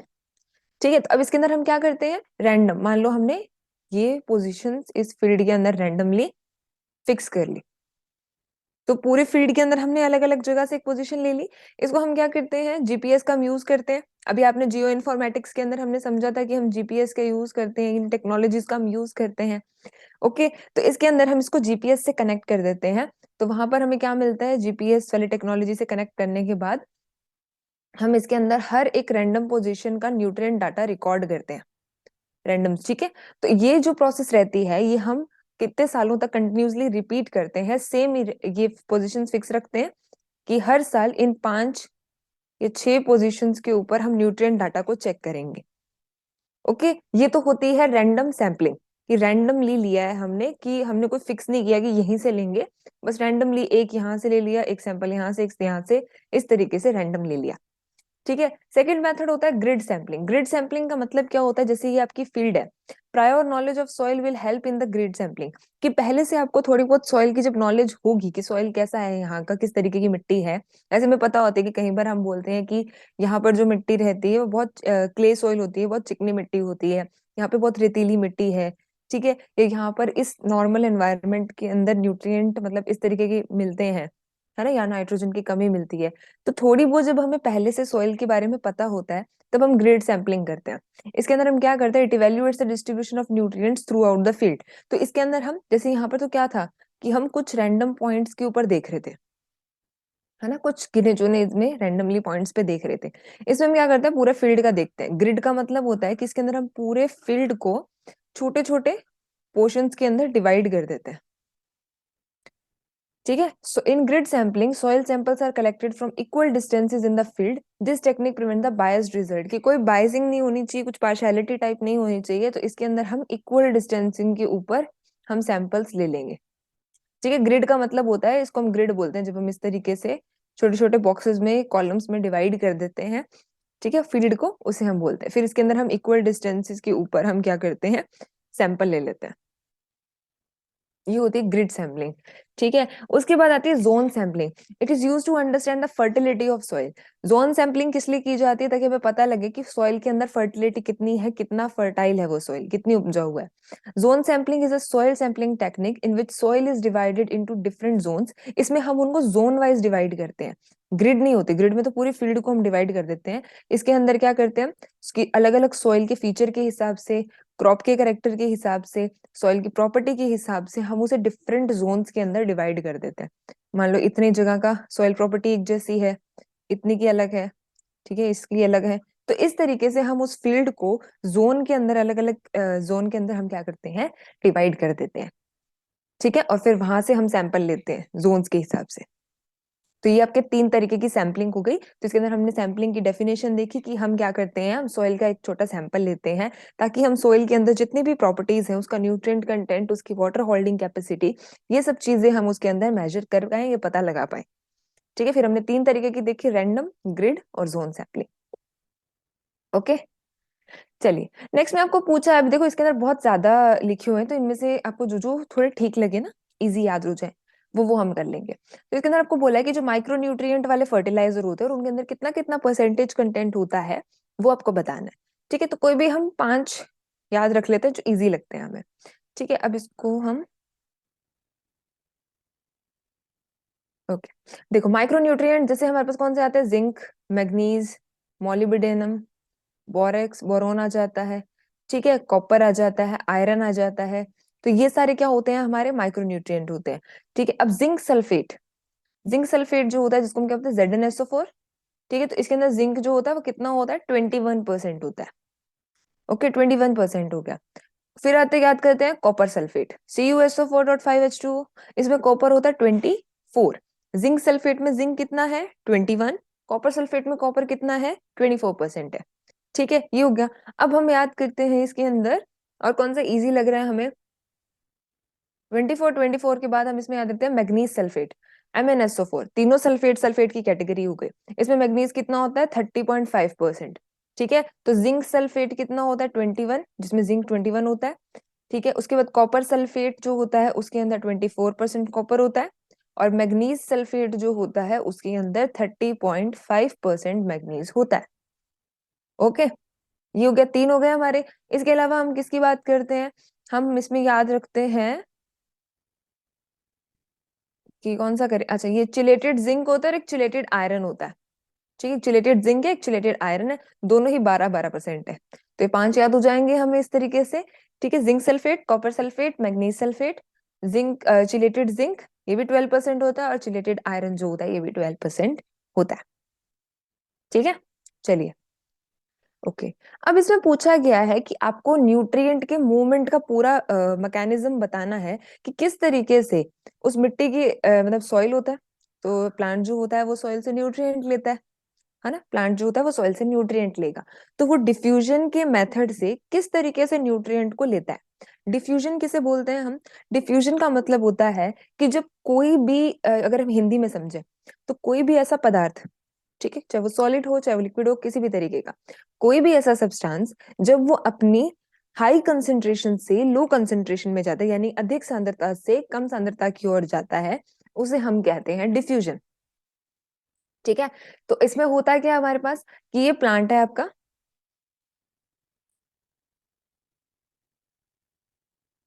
ठीक है, मान लो यहाँ पर ये आपका सॉइल है, यहाँ पर ये न्यूट्रिएंट्स है, ठीक है, यहाँ पर इनकी जो सांद्रता है, जो इनकी कंसेंट्रेशन है वो ज्यादा है और प्लांट के अंदर वो चीज कम है ना, तो ये क्या होंगे, ये ज्यादा अपनी कंसेंट्रेशन से कहाँ पर मूव करेंगे, कम कंसेंट्रेशन की तरफ ये मूव करेंगे, इसे ही हम कहते हैं डिफ्यूजन।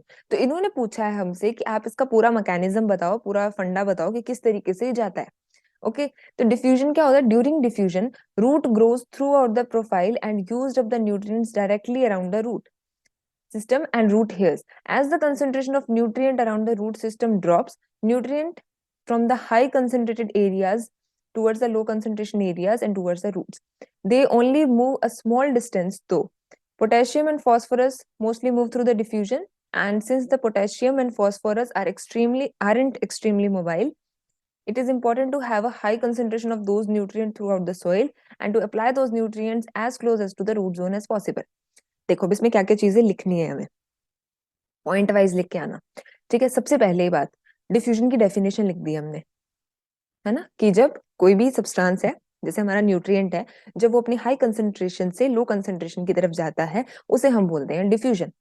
ठीक है, अब प्लांट को क्या करना है, सोइल से न्यूट्रिएंट को लेना है, तो यानी कि सोइल के अंदर उसकी जो सांद्रता होगी, जो उसकी कंसेंट्रेशन होगी वो ज्यादा होगी, है ना, तो ये क्या करती है, इसकी प्लांट की रूट्स क्या करती है, ये इसकी पूरी सोइल की प्रोफाइल में फैल जाती है, जितनी भी लेयर्स होती है ये से फैल जाती है और उस न्यूट्रिएंट को अपने रूट हेयर्स के पास या रूट के पास वहां पे ले आती है। ठीक है, ये चीज होती है एज, और जैसे ही मान लो कि यहाँ रूट के पास यहाँ पे न्यूट्रिएंट की कमी आने लगी, तो यहाँ पर सॉइल में वो ज्यादा है, तो सॉइल से वो रूट की तरफ मूव करने लग जाएगा, है ना, सॉइल से वो कहाँ करने लग जाएगा, रूट की तरफ मूव करने लग जाएंगे। अब इन्होंने हमें एग्जांपल दिया है कि जनरली जो पोटेशियम होता है और फोस्फोरस होता है, ये दोनों डिफ्यूजन के थ्रू प्लांट के पास जाते हैं, पी और के दोनों मोस्टली डिफ्यूजन के थ्रू ये प्लांट के पास जाते हैं। और ये हमने पढ़ा था इसके पार्ट ए के अंदर कि जो फोस्फोरस होता है, फोस्फोरस पोटेशियम, ठीक है, ये क्या होता है, ये सॉइल के अंदर ज्यादा फ्रीली नहीं घूम सकते, सॉइल में ज्यादा फ्रीली नहीं घूम सकते, ये प्लांट में मोबाइल होते हैं। तो जबकि हमें पता अगर यहाँ सॉइल के अंदर आपका फोस्फोरस है तो यहाँ पर नहीं जा पाएगा, तो इसको अगर प्लांट तक जाना है तो यहाँ पर इसकी कंसेंट्रेशन बहुत ज्यादा होनी पड़ेगी, तभी ये जाएगा, अगर थोड़ी कंसेंट्रेशन होगी तो ये मूव नहीं कर पाएगा। तो यहाँ पर इसके लिए इसकी कंसेंट्रेशन ज्यादा होनी बहुत जरूरी है, इसलिए लिखा है कि सिंस पी एंड के आरंट एक्सट्रीमली मोबाइल, कि पी और के जो होता है वो बहुत ज्यादा मोबाइल नहीं है, बहुत ज्यादा फ्रीली मूव नहीं कर सकता, तो ये जरूरी है कि उनकी सॉइल के अंदर कंसेंट्रेशन होनी बहुत ज्यादा होनी चाहिए। ओके, और जब भी हम उन न्यूट्रिएंट्स को अप्लाई करें फर्टिलाइजर के थ्रू जैसे भी, तो हम रूट के बहुत पास में दें, दूर छिड़काव ना करें, क्योंकि इनकी मोबिलिटी कम होती है सॉइल में। ओके, चलिए नेक्स्ट आता है factor affecting nutrient availability to the plants. तो क्या क्या फैक्टर्स अफेक्ट करते हैं इस न्यूट्रिएंट की अवेलेबिलिटी को? देखो, न्यूट्रिएंट अवेलेबल होगा प्लांट को या नहीं होगा, कितना ज्यादा होगा, बहुत सारे फैक्टर्स इसके अंदर अफेक्ट करते हैं। जैसे कि पेरेंट का रॉक मटेरियल कैसा है, उस पर डिपेंड करता है कि न्यूट्रिएंट की अवेलेबिलिटी कितनी है। जैसे मेन रॉक है, ठीक है, जिसके अंदर जो जो न्यूट्रिएंट उसके अंदर प्रेजेंट होंगे, जैसे हमने बोला था कि जैसे एक मिनरल होता है, एपेटाइट होता है, वो फास्फोरस का सोर्स होता है ना, इसी तरीके से पेरेंट रॉक मटेरियल कैसा है उस पर डिपेंड करता है न्यूट्रिएंट की अवेलेबिलिटी कैसी है। पार्टिकल का साइज कैसा है, बहुत बड़ा है, मूव धीरे करेगा, स्लो पार्टिकल्स हैं जल्दी मूव कर जाएंगे। ठीक है, ह्यूमस कंटेंट कितना ज्यादा है, वाटर कंटेंट कितना ज्यादा है, पीएच कितना है, एरेशंस कितनी, एरेशन का मतलब होता है कि ऑक्सीजन की एक्सचेंज कितना ज्यादा है, गैस का एक्सचेंज कितना ज्यादा हो रहा है आराम से, टेम्परेचर कैसा है, रूट का सरफेस एरिया कितना है। ठीक है, रूट जितनी ज्यादा इस तरीके से फैली होगी वो ज्यादा से ज्यादा न्यूट्रिएंट खींच पाएगी अपने पास। है ना। तो रूट का सरफेस एरिया कितना है। राइजोफ्लोरा, राइजो का मतलब होता है रूट, फ्लोरा का मतलब होता है यानी रूट जोन के आसपास जो भी प्लांट होते हैं। फ्लोरा होता है प्लांट्स के लिए और फोना जो होता है वो एनिमल्स के लिए हम यूज करते हैं। ठीक है। और माइकोराइजल डेवलपमेंट, माइकोराइजा किसे बोलते हैं। माइकोराइजा जो होता है वो एक सिम्बायोटिक एसोसिएशन होता है। सिम्बायोसिस का मतलब क्या होता है कि इसके अंदर जो दो ऑर्गेनिज्म इन्वॉल्व होते हैं, दो जो लोग होते हैं इसके अंदर, वो एक दूसरे पर डिपेंड करते हैं अपनी लाइफ को पूरा करने के लिए। जैसे कि माइकोराइजा के अंदर क्या होता है, एक माइको का मतलब होता है फंगस, तो एक फंगस होता है, और राइजा का मतलब होता है प्लांट की रूट। तो प्लांट की रूट और फंगस एक दूसरे पे डिपेंड रहते हैं, एक दूसरे को कहीं ना कहीं बेनिफिट पहुंचाते हैं। ठीक है। रूट पे तो उनको फंगस को क्या मिल जाता है, रहने की जगह मिलती है, शेल्टर मिलता है, घर मिल जाता है। और फंगस उन्हें क्या करता है, न्यूट्रिएंट वगैरह लाने में हेल्प करता है। तो ये दोनों एक दूसरे पर म्यूचुअली डिपेंड करते हैं। ठीक है। तो ये माइक्रोराइजल डेवलपमेंट पे भी डिपेंड करता है कि कितनी न्यूट्रिएंट अवेलेबिलिटी होगी। तो ये कुछ फैक्टर्स होते हैं इसके अंदर। लास्ट इसके अंदर पार्ट सी में पूछा गया आपके पास सॉइल ऑर्गेनिक मैटर के बारे में। तो सॉइल ऑर्गेनिक मैटर क्या होता है, ऐसा कोई भी मटेरियल जो कि लिविंग ऑर्गेनिज्म से प्रोड्यूस होगा, चाहे वो प्लांट हो चाहे वो एनिमल हो, उनसे ये मटेरियल बनेगा। That is return to the soil and goes through the decomposition process. ठीक है। उनसे मिलेगा, प्लांट एनिमल से आएगा ये मटेरियल, फिर ये सॉइल के पास चला जाएगा डिकम्पोजिशन के बाद। वो जो डिकम्पोज होके ये मटेरियल सॉइल के पास बन जाता है, इसी को हम बोलते हैं सॉइल ऑर्गेनिक मैटर। ठीक है। ये चीज होगी। ऑर्गेनिक मैटर का जो होता है वो क्रॉप प्रोडक्शन में बहुत ज्यादा रोल होता है। सॉइल की हेल्थ के अंदर, क्रॉप के प्रोडक्शन के अंदर बहुत ज्यादा रोल होता है, क्योंकि ये जो ऑर्गेनिक मैटर होता है ये सॉइल की फिजिकल, केमिकल, बायोलॉजिकल हर तरीके की फंक्शन को, हर तरीके की उनके कैरेक्टर को बहुत अच्छे से इम्प्रूव करता है। ठीक है। अब ऑर्गेनिक मैटर जितना ज्यादा होगा उतनी ही अच्छी उसकी स्ट्रक्चर बनेगी, उतनी ही ज्यादा उसकी वाटर को होल्ड करने की कैपेसिटी रहेगी, उतना ही ज्यादा उसके अंदर न्यूट्रिएंट की मूवमेंट रहेगी अच्छे से। ठीक है। तो ये सब चीजें जो होती हैं, ये सब प्रॉपर्टी जो होती हैं, ये सब इम्प्रूव हो जाती है जब ऑर्गेनिक मैटर जो होता है वो अच्छा खासा होता है सॉइल में। ओके। तो ये होता है हमारे पास सॉइल ऑर्गेनिक मैटर। जैसे यहाँ पे इन्होंने लिखा हुआ है कि सॉइल ऑर्गेनिक, इसको अगर बड़े क्वेश्चन में भी पूछे तो भी आप लिख सकते हो। फिजिकल के अंदर क्या क्या हो जाएगा, उसकी स्ट्रक्चर अच्छी हो जाएगी। ठीक है। उसकी बल्क डेंसिटी कम हो जाएगी। ठीक है, ये हो गया। और इसके अलावा सॉइल टेम्परेचर बफर रहेगा। बफर का मतलब होता है कि मैनेज करके रखना, बैलेंस करके रखना, कि अगर टेम्परेचर बहुत ज्यादा है तो बफर उसको ले आएगा, लो ले आएगा। ठीक है। और टेम्परेचर बहुत कम भी है, अगर टेम्परेचर यहाँ है तो बफर उसको नॉर्मल स्टेज में ले आता है, ज्यादा भी है तो भी उसको नॉर्मल स्टेज में ले आता है। तो टेम्परेचर को मेंटेन रखता है सॉइल के अंदर। तो ये ऑर्गेनिक मैटर ये भी हेल्प करता है। बायोलॉजिकल के अंदर क्या होता है कि ऑर्गेनिक मैटर जितना ज्यादा आएगा उतना बायोलॉजिकल प्रोसेस जो के लिए जो एनर्जी है वो ज्यादा रहेगी, न्यूट्रिएंट का रिलीज अच्छा खासा होगा वहां पे। केमिकल के अंदर उसकी कैटायन एक्सचेंज कैपेसिटी अच्छी रहेगी, उसका पीएच बैलेंस रहेगा। ठीक है। वहां पे पॉल्यूटेंट नहीं रहेंगे। तो ये सब करेक्टर जो होता है ये सॉइल ऑर्गेनिक मैटर जो है वो इम्प्रूव करता है। ठीक है। ये हो गया आपका पार्ट सी कंप्लीट। नेक्स्ट हम बात करेंगे पार्ट डी के बारे में। So thank you so much.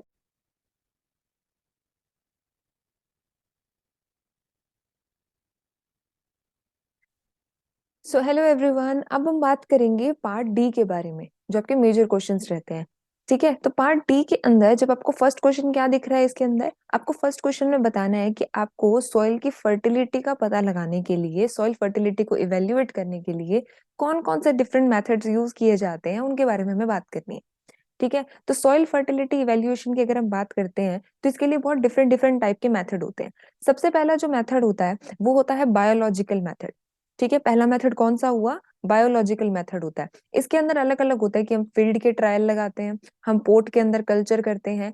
एक होता है इसके अंदर न्यू बॉर्न सीडलिंग का मेथड। एक होता है एस्परजिलस नाइजर, जो एक तरीके का फंगस होता है, कवक होता है, उससे रिलेटेड हम कुछ करते हैं इसके अंदर। ठीक है। ये हो गया। अब सेकंड हमारे पास कौन सा होता है, सेकंड तरीका होता है कि use of the visual symptom of nutrient deficiency या टॉक्सिसिटी मेथड। यानी कि सिर्फ आपको देखने से पता लगेगा कि फर्टिलिटी तभी होगी ना जब उसके अंदर न्यूट्रिएंट पूरा होगा, तब न्यूट्रिएंट अच्छे बैलेंस्ड होंगे, एक प्रॉपर हो रही होगी। ठीक है। तब आपको पता लगेगा कि ठीक है हम सॉइल फर्टाइल है क्योंकि हमारी क्रॉप बहुत अच्छी हो रही है, इसमें कोई डिजीज के सिम्टम नहीं आ रहे, कोई डेफिशिएंसी सिम्टम नहीं दिख रहा है न्यूट्रिएंट का। तो आप ऑब्जर्व करोगे कि प्लांट के ऊपर कोई डेफिशिएंसी सिम्टम आपको दिख रहा है न्यूट्रिएंट का, या फिर जैसे हमने पढ़ा था कि फॉस्फोरस की कमी आ जाती है तो वहां पे रेड पर्पल कलर का कलर आने लग जाता है लीफ के ऊपर। है ना। तो ऐसा कोई सिम्टम तो नहीं आ रहा है किसी न्यूट्रिएंट की कमी की वजह से भी, प्लस टॉक्सिसिटी की वजह से भी, कि अगर वो बहुत एक्सेस हो गया है तब यहाँ पे किस तरीके के सिम्टम आ रहे हैं। तो हम विजुअली देख कर पता लगाएंगे इन सिम्टम्स को।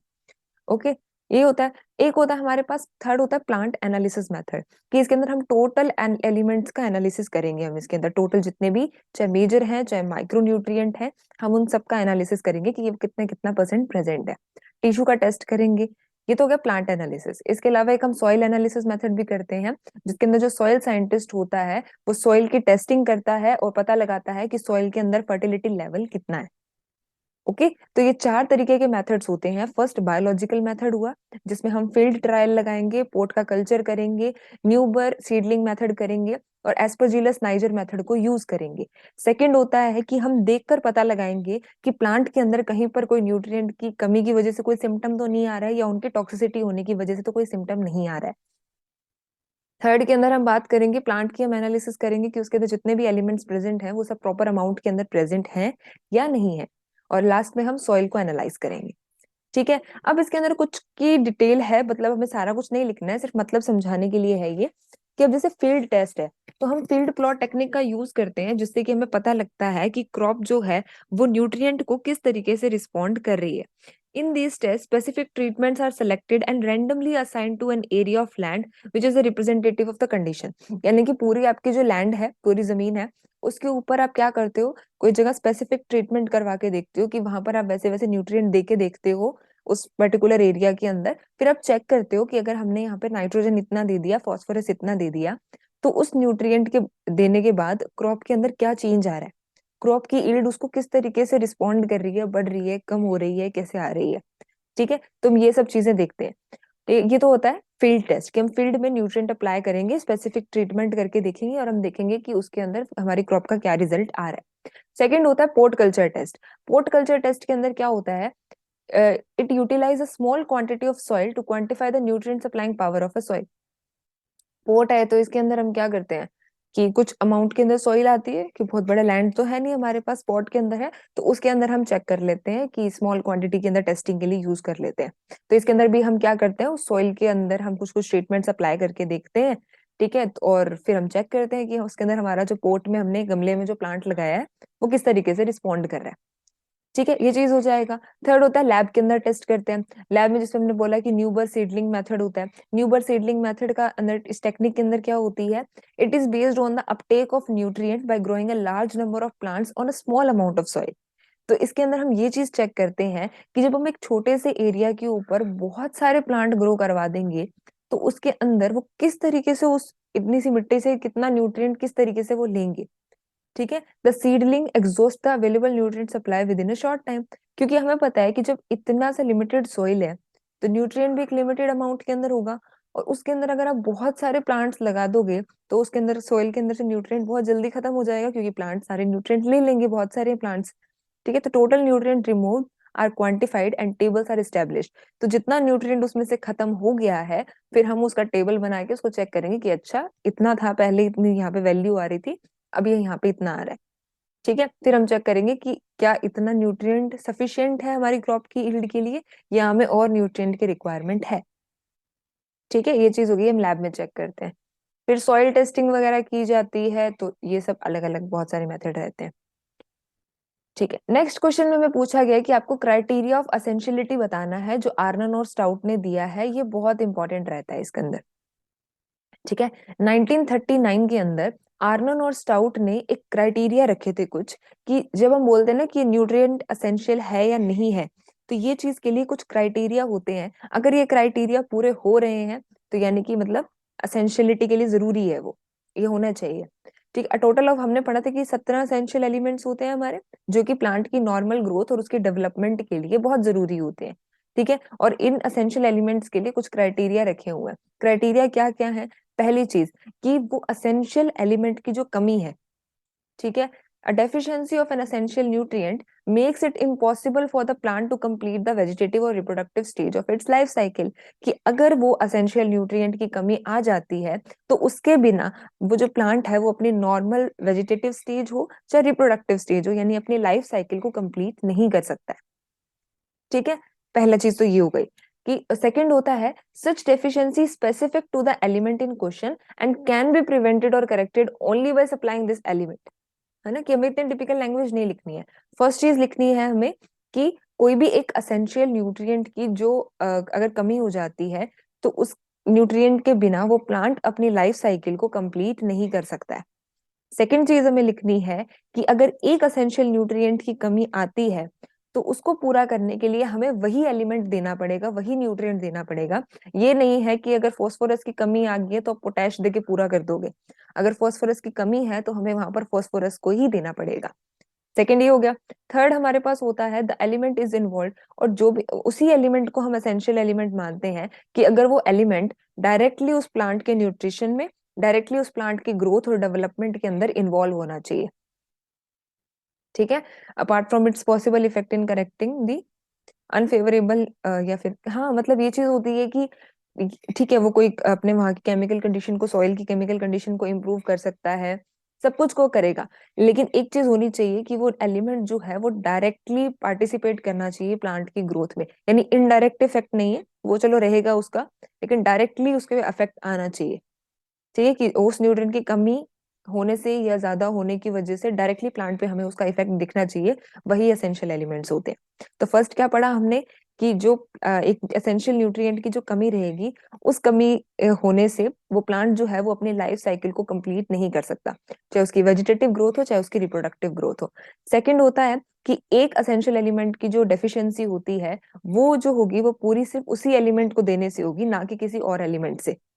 ठीक है, यानी उस न्यूट्रिएंट की कमी वही पूरा कर सकता है।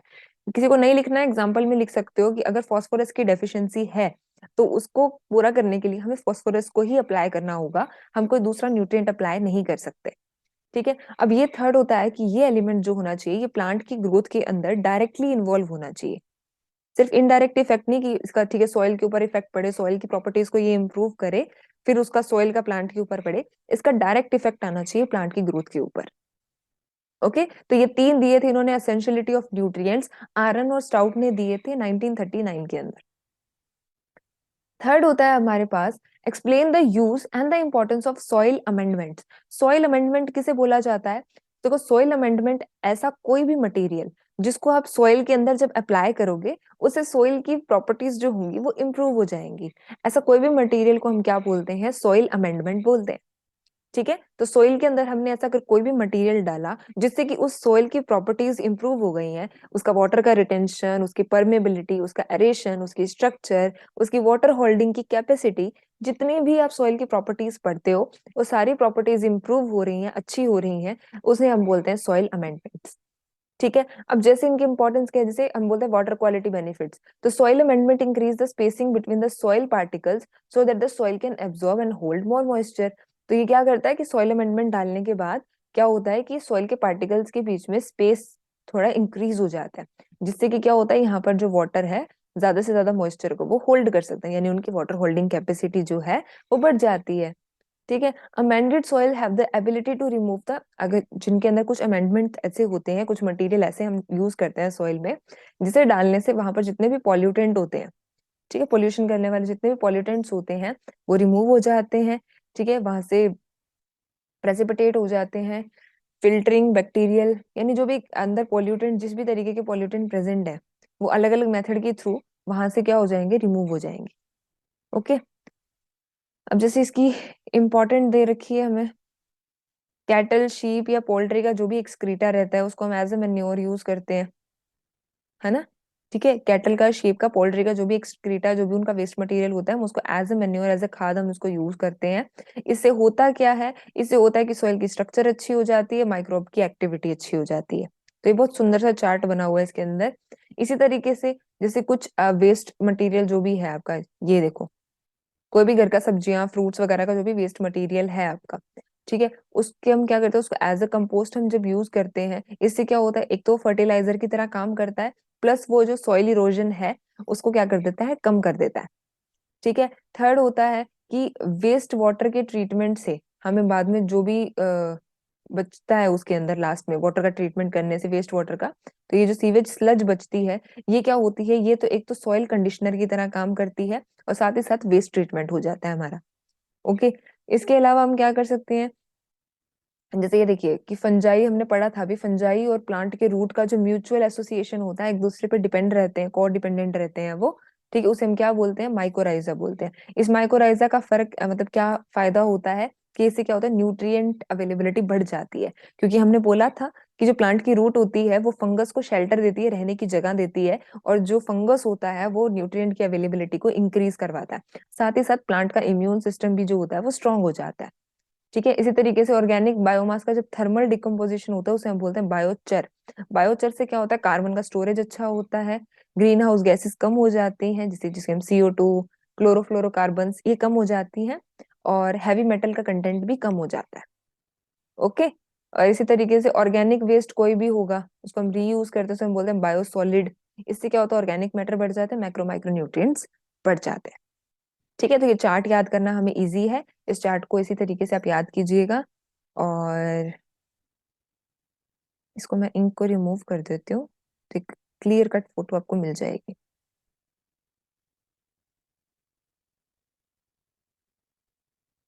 ठीक है।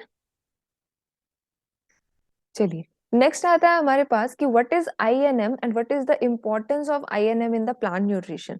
INM किसे बोलते हैं हम, इंटीग्रेटेड न्यूट्रिएंट मैनेजमेंट। जब भी नाम में इंटीग्रेटेड आ जाता है यानी कि हम बहुत अलग अलग सारे मेथड्स को हम यूज करते हैं, इसके अंदर कोई एक सिंगल टेक्निक हम यूज नहीं करते हैं, इसके अंदर हम डिफरेंट टाइप ऑफ मेथड्स को हम यूज करते हैं, किसके लिए, न्यूट्रिएंट को मैनेज करने के लिए। तो इंटीग्रेटेड न्यूट्रिएंट मैनेजमेंट किसे हम बोलते हैं, refers to the maintenance of soil fertility and of the plant nutrient supply at an optimum level for sustaining the desired productivity। यानी देखो सिंपल सा मेथड है कि इंटीग्रेटेड न्यूट्रिएंट मैनेजमेंट, ठीक है, ये एक कंबाइंड अप्रोच होती है जिसके अंदर हम ऑर्गेनिक, इनऑर्गेनिक, बायोलॉजिकल कंपोनेंट, हर तरीके के कंपोनेंट को हम एक साथ इंटीग्रेटेड मैनर के अंदर मिलाकर हम क्या करते हैं कि हम सॉइल की फर्टिलिटी को मेंटेन करते हैं, उसके अंदर न्यूट्रिएंट सप्लाई को मेंटेन करके रखते हैं, जिससे कि हमारी जो प्रोडक्टिविटी हमें चाहिए वो प्रोडक्टिविटी मेंटेन रहे वहां पर, ठीक है। ये चीज होती है इंटीग्रेटेड न्यूट्रिएंट मैनेजमेंट। इसकी इंपॉर्टेंस क्या होती है, क्या काम आता है, अब देखो इंटीग्रेटेड न्यूट्रिएंट मैनेजमेंट करेंगे तो एक तो इससे क्या होता है, कोई भी कंटामिनेशन से हम बचा पाते हैं, ठीक है। Reduce the contamination to waterways by the plant nutrients. कोई कंटामिनेशन नहीं करता है, कुछ खराब नहीं करता है। कंटामिनेट करने का मतलब होता है कि उसको पोल्यूट कर देना, खराब कर देना, ठीक है। जैसे हम बोलते हैं कि अगर कोई पानी, हमारा साफ पानी है, उसके अंदर मच्छर, कीड़े मकोड़े ये चले गए तो वो पानी क्या हो जाएगा, कंटामिनेट हो जाएगा, ठीक है। ब्रेड है, उसके ऊपर फंगस लग गई है तो वो कंटामिनेट हो गया, खराब हो गया, ठीक है। तो न्यूट्रिएंट मैनेजमेंट की मदद से हम कंटामिनेशन को कम कर सकते हैं, हम सॉइल की फर्टिलिटी अच्छी कर सकते हैं, हमारे प्लांट की प्रोडक्टिविटी अच्छी हो सकती है, ठीक है। अब इसके अंदर हम ऑर्गेनिक सोर्सेज का भी यूज कर रहे हैं, तो हमारे केमिकल फर्टिलाइजर पे जो खर्चा लगता था वो कम हो जाएगा, क्योंकि हम सिर्फ केमिकल फर्टिलाइजर के ऊपर डिपेंड नहीं कर रहे हैं न्यूट्रिएंट के लिए, हम इसके अंदर ऑर्गेनिक, इनऑर्गेनिक सभी सोर्सेज को मिलाकर काम कर रहे हैं, ठीक है। एक बैलेंस न्यूट्रिशन मिल जाएगा क्रॉप्स को, ठीक है। और इसे सॉइल, वाटर, इकोलॉजी या न्यूट्रिएंट्स की जो लीचिंग होती है वो सारी क्या हो जाएंगी, उनके अंदर कमी नहीं आएगी, ठीक है। ये सब मेंटेन रहेगा वहां पे। ये तो ये होता है हमारे पास, इसकी इंपॉर्टेंस हो जाती है। उसके बाद हमारे पास नेक्स्ट क्वेश्चन में पूछा गया है कि calculate the amount of urea, SSP and MOP for supplying the 100 kg nitrogen, 60 kg P2O5 and 40 kg K2O in the rice field of 1 hectare, ठीक है। तो इसको क्वेश्चन को सॉल्व करने का एक तो ये फॉर्मूला होता है हमारे पास, पहला स्टैंडर्ड। तो ये आपको बहुत सिंपल दे रखा है। सबसे पहले इसके अंदर आपको क्या करना है, आप देखो कि आपको क्या क्या चीजें दी हुई हैं।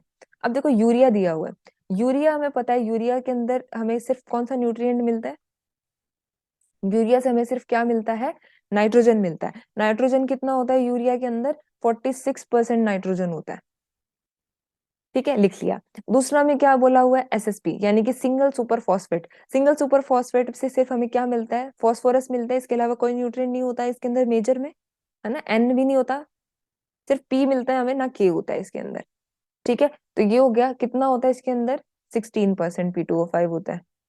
तीसरा में क्या दिया हुआ है, MOP। MOP हमने पढ़ा था, म्यूरेट ऑफ पोटाश किसका सॉल्ट होता है, KCl का होता है, यानी कि इसके अंदर हमें क्या मिलता है, पोटेशियम मिलता है। पोटेशियम कितना होता है इसके अंदर, 60% K2O।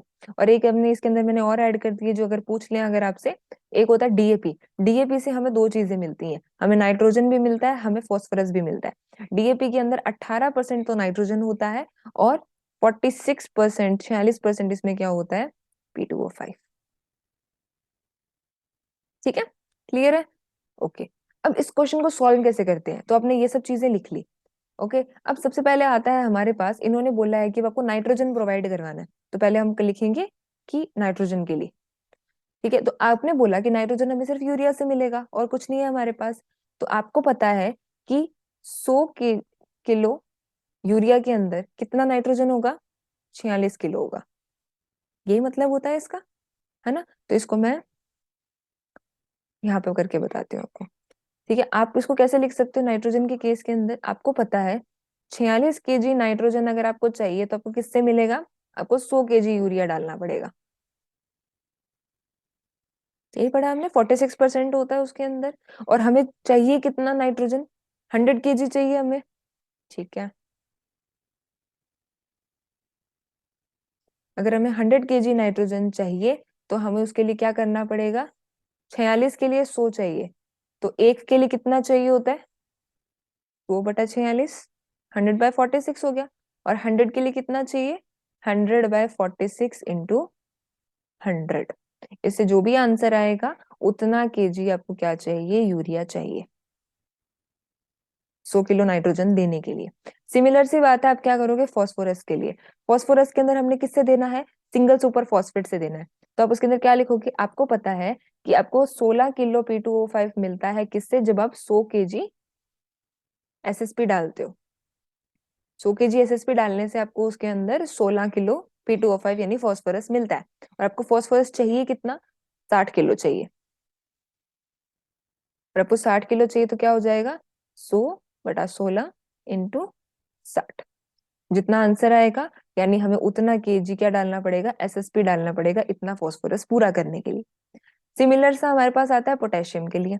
पोटेशियम के केस के अंदर क्या होता है कि हमें पता है कि 60 kg पोटाश, ठीक है, 60 kg पोटाश अब अगर आपको चाहिए, K2O चाहिए, तो आपको क्या करना पड़ेगा, 100 किलो यहाँ पर एमओपी डालना होगा। ठीक है, अगर आपको 60 किलो पोटाश चाहिए तो आपको 100 किलो एमओपी उसके अंदर डालना होगा। और हमें पोटाश चाहिए कितना, हमें चाहिए 40 kg। कितना चाहिए हमें, 40 kg चाहिए, तो हम कितना एमओपी डालेंगे, 100/60 × 40। तो जो भी आंसर आएगा उतना केजी हमें क्या चाहिए, एमओपी चाहिए। ठीक है, ये हो गया हमारे पास। नेक्स्ट हम बात करते हैं इसके अंदर, तो ये क्वेश्चन हो गया, तो इतना इतना हमें इतना इतना फर्टिलाइजर चाहिए। ओके, नेक्स्ट क्वेश्चन में हमसे पूछा हुआ है, describe the method of fertilizer recommendation to the crops. अब आप फर्टिलाइजर को कैसे कैसे रेकमेंड कर सकते हो, क्या क्या अलग अलग मेथड होते हैं जिससे आप उस फसल के लिए कितना फर्टिलाइजर चाहिए उसको आप रेकमेंड करोगे, बताओगे कि हाँ इसके लिए इतना सफिशिएंट, आपको इसको इतना ही देना होता है। ठीक है, तो इसके अंदर सबसे पहले एक तो होता है ब्लैंकेट रिकमेंडेशन। ब्लैंकेट रिकमेंडेशन का मतलब क्या होता है कि based on the fertilizer requirement experiment, आप इसमें क्या करते हो, फर्टिलाइजर डाल डाल के उसकी रिक्वायरमेंट के ऊपर आप उसको एक्सपेरिमेंट करते हो कि अलग अलग रीजन के अंदर अलग अलग इंप्रूव्ड वेराइटीज के ऊपर आप इतना इतना फर्टिलाइजर डालोगे तो उस पर क्या इफेक्ट दिख रहा है। तो जहां पर आपको लगेगा एक्सपेरिमेंट करने से कि इतना फर्टिलाइजर डालने पे एक अच्छी ईल्ड आ रही है, तो आप उसको रेकमेंड कर दोगे कि ठीक है इतना नाइट्रोजन इसके अंदर डालना चाहिए, इतना फॉस्फोरस इसके अंदर डालना चाहिए। ठीक है, सेकंड होता है हमारे पास एसटीसीआर अप्रोच। एसटीसीआर का फुल फॉर्म हमने पढ़ी थी, सॉइल टेस्ट क्रॉप रिस्पॉन्स। यानी कि हम सॉइल की टेस्टिंग कर कर देखते हैं कि सॉइल के अंदर जो जो न्यूट्रिएंट है, जितना जितना न्यूट्रिएंट प्रेजेंट है, उसके हिसाब से वो आपकी क्रॉप जो है उसकी ईल्ड पे क्या क्या फर्क आ रहा है। ये चीज आप जब चेक करते हो इसके अंदर, तब आपको पता लगता है, उसके हिसाब से आप रेकमेंड करते हो कि हाँ कितनी लेवल डोजेस, कितना फर्टिलाइजर की डोज होनी चाहिए। तो अब सोइल के टेस्ट की हिसाब से और उसके ऊपर ईल्ड का क्या रिस्पॉन्स आ रहा है, इसके अकॉर्डिंग आप फर्टिलाइजर की जो रिक्वायरमेंट है वो आप बताते हो। ठीक है, थर्ड होता है न्यूट्रिएंट डेफिशिएंसी सिम्टम। तो आप न्यूट्रिएंट की डेफिशिएंसी सिम्टम को चेक करके कि यहाँ पर फास्फोरस की इतनी कमी दिख रही है, न्यूट्रिएंट ये सिम्टम शो हो रहे हैं हमारे प्लांट के अंदर, इसकी रूट पर, इसकी लीफ पर, तो जो जो न्यूट्रिएंट की डेफिशिएंसी की वजह से जो जो सिम्टम आएंगे, हम उन सिम्टम्स को देखते हुए फर्टिलाइजर की डोज रेकमेंड करेंगे कि हाँ इसके अंदर हमें इतना केजी डालना चाहिए न्यूट्रिएंट। ठीक है, फिर होता है क्रिटिकल लिमिट्स। अब प्लांट के अंदर हर एक, स्पेशली फ्रूट क्रॉप्स के केस में, हर एक न्यूट्रिएंट की एक क्रिटिकल लिमिट होती है कि वो इतना होना चाहिए, मैक्सिमम या मिनिमम। ठीक है, तो क्रिटिकल लिमिट होती है, तो हम उस क्रिटिकल लिमिट को चेक करते हुए हमेशा फर्टिलाइजर की डोज रेकमेंड करेंगे कि जो फ्रूट क्रॉप्स हैं इनके अंदर मैक्सिमम इतनी क्रिटिकल लिमिट है कि इसके अंदर इतना ही नाइट्रोजन को ये झेल सकती है, या इतना ही फॉस्फोरस को, ये लिमिट इतनी ही रहती है, इतना ही इसके अंदर ही वो अपनी ईल्ड ढंग से दे सकती है। अगर ये लिमिट क्रॉस हो गई है तो इनकी ईल्ड पे अफेक्ट आ जाएगा। तो उस क्रिटिकल लिमिट को ध्यान में रखते हुए कि इसको कितना इस न्यूट्रिएंट की जरूरत है, उसके हिसाब से हम फर्टिलाइजर की डोज को रेकमेंड करते हैं। नेक्स्ट होता है जैसे लीफ कलर चार्ट। एक लीफ कलर चार्ट होता है, उसमें सारे अलग अलग शेड्स दिए जाते हैं। ठीक है, तो उस लीफ कलर चार्ट, स्पेशली जैसे राइस के अंदर, तो लीफ कलर चार्ट के हिसाब से क्या दिया जाता है, फर्टिलाइजर डोज रेकमेंड की जाती है। जैसे अगर न्यूट्रिएंट की डेफिशिएंसी हो जाएगी तो लाइट ग्रीन कलर शो होता है वहां पे। ठीक है, तो इस तरीके से जो लीफ कलर चार्ट के ऊपर कलर दिखता है, उस कलर के हिसाब से हम रेकमेंड करते हैं कि अच्छा ये कलर आ रहा है, यानी कि यहाँ पर इतनी अभी कमी दिख रही है, नाइट्रोजन की या फास्फोरस की, कोई भी न्यूट्रिएंट की हमें कमी दिख रही है, तो उस कलर चार्ट के कलर को देखते हुए हम उसके अंदर फर्टिलाइजर की डोज को रेकमेंड करते हैं। तो ये 5 अलग अलग मेथड्स होते हैं जिनके हिसाब से हम फर्टिलाइजर की डोज को रेकमेंड करते हैं कि हमारे क्रॉप के अंदर 60-20-20 या 60-30-20 किस तरीके से हम इसको डोज देंगे। ये एनपीके का होता है रेशियो।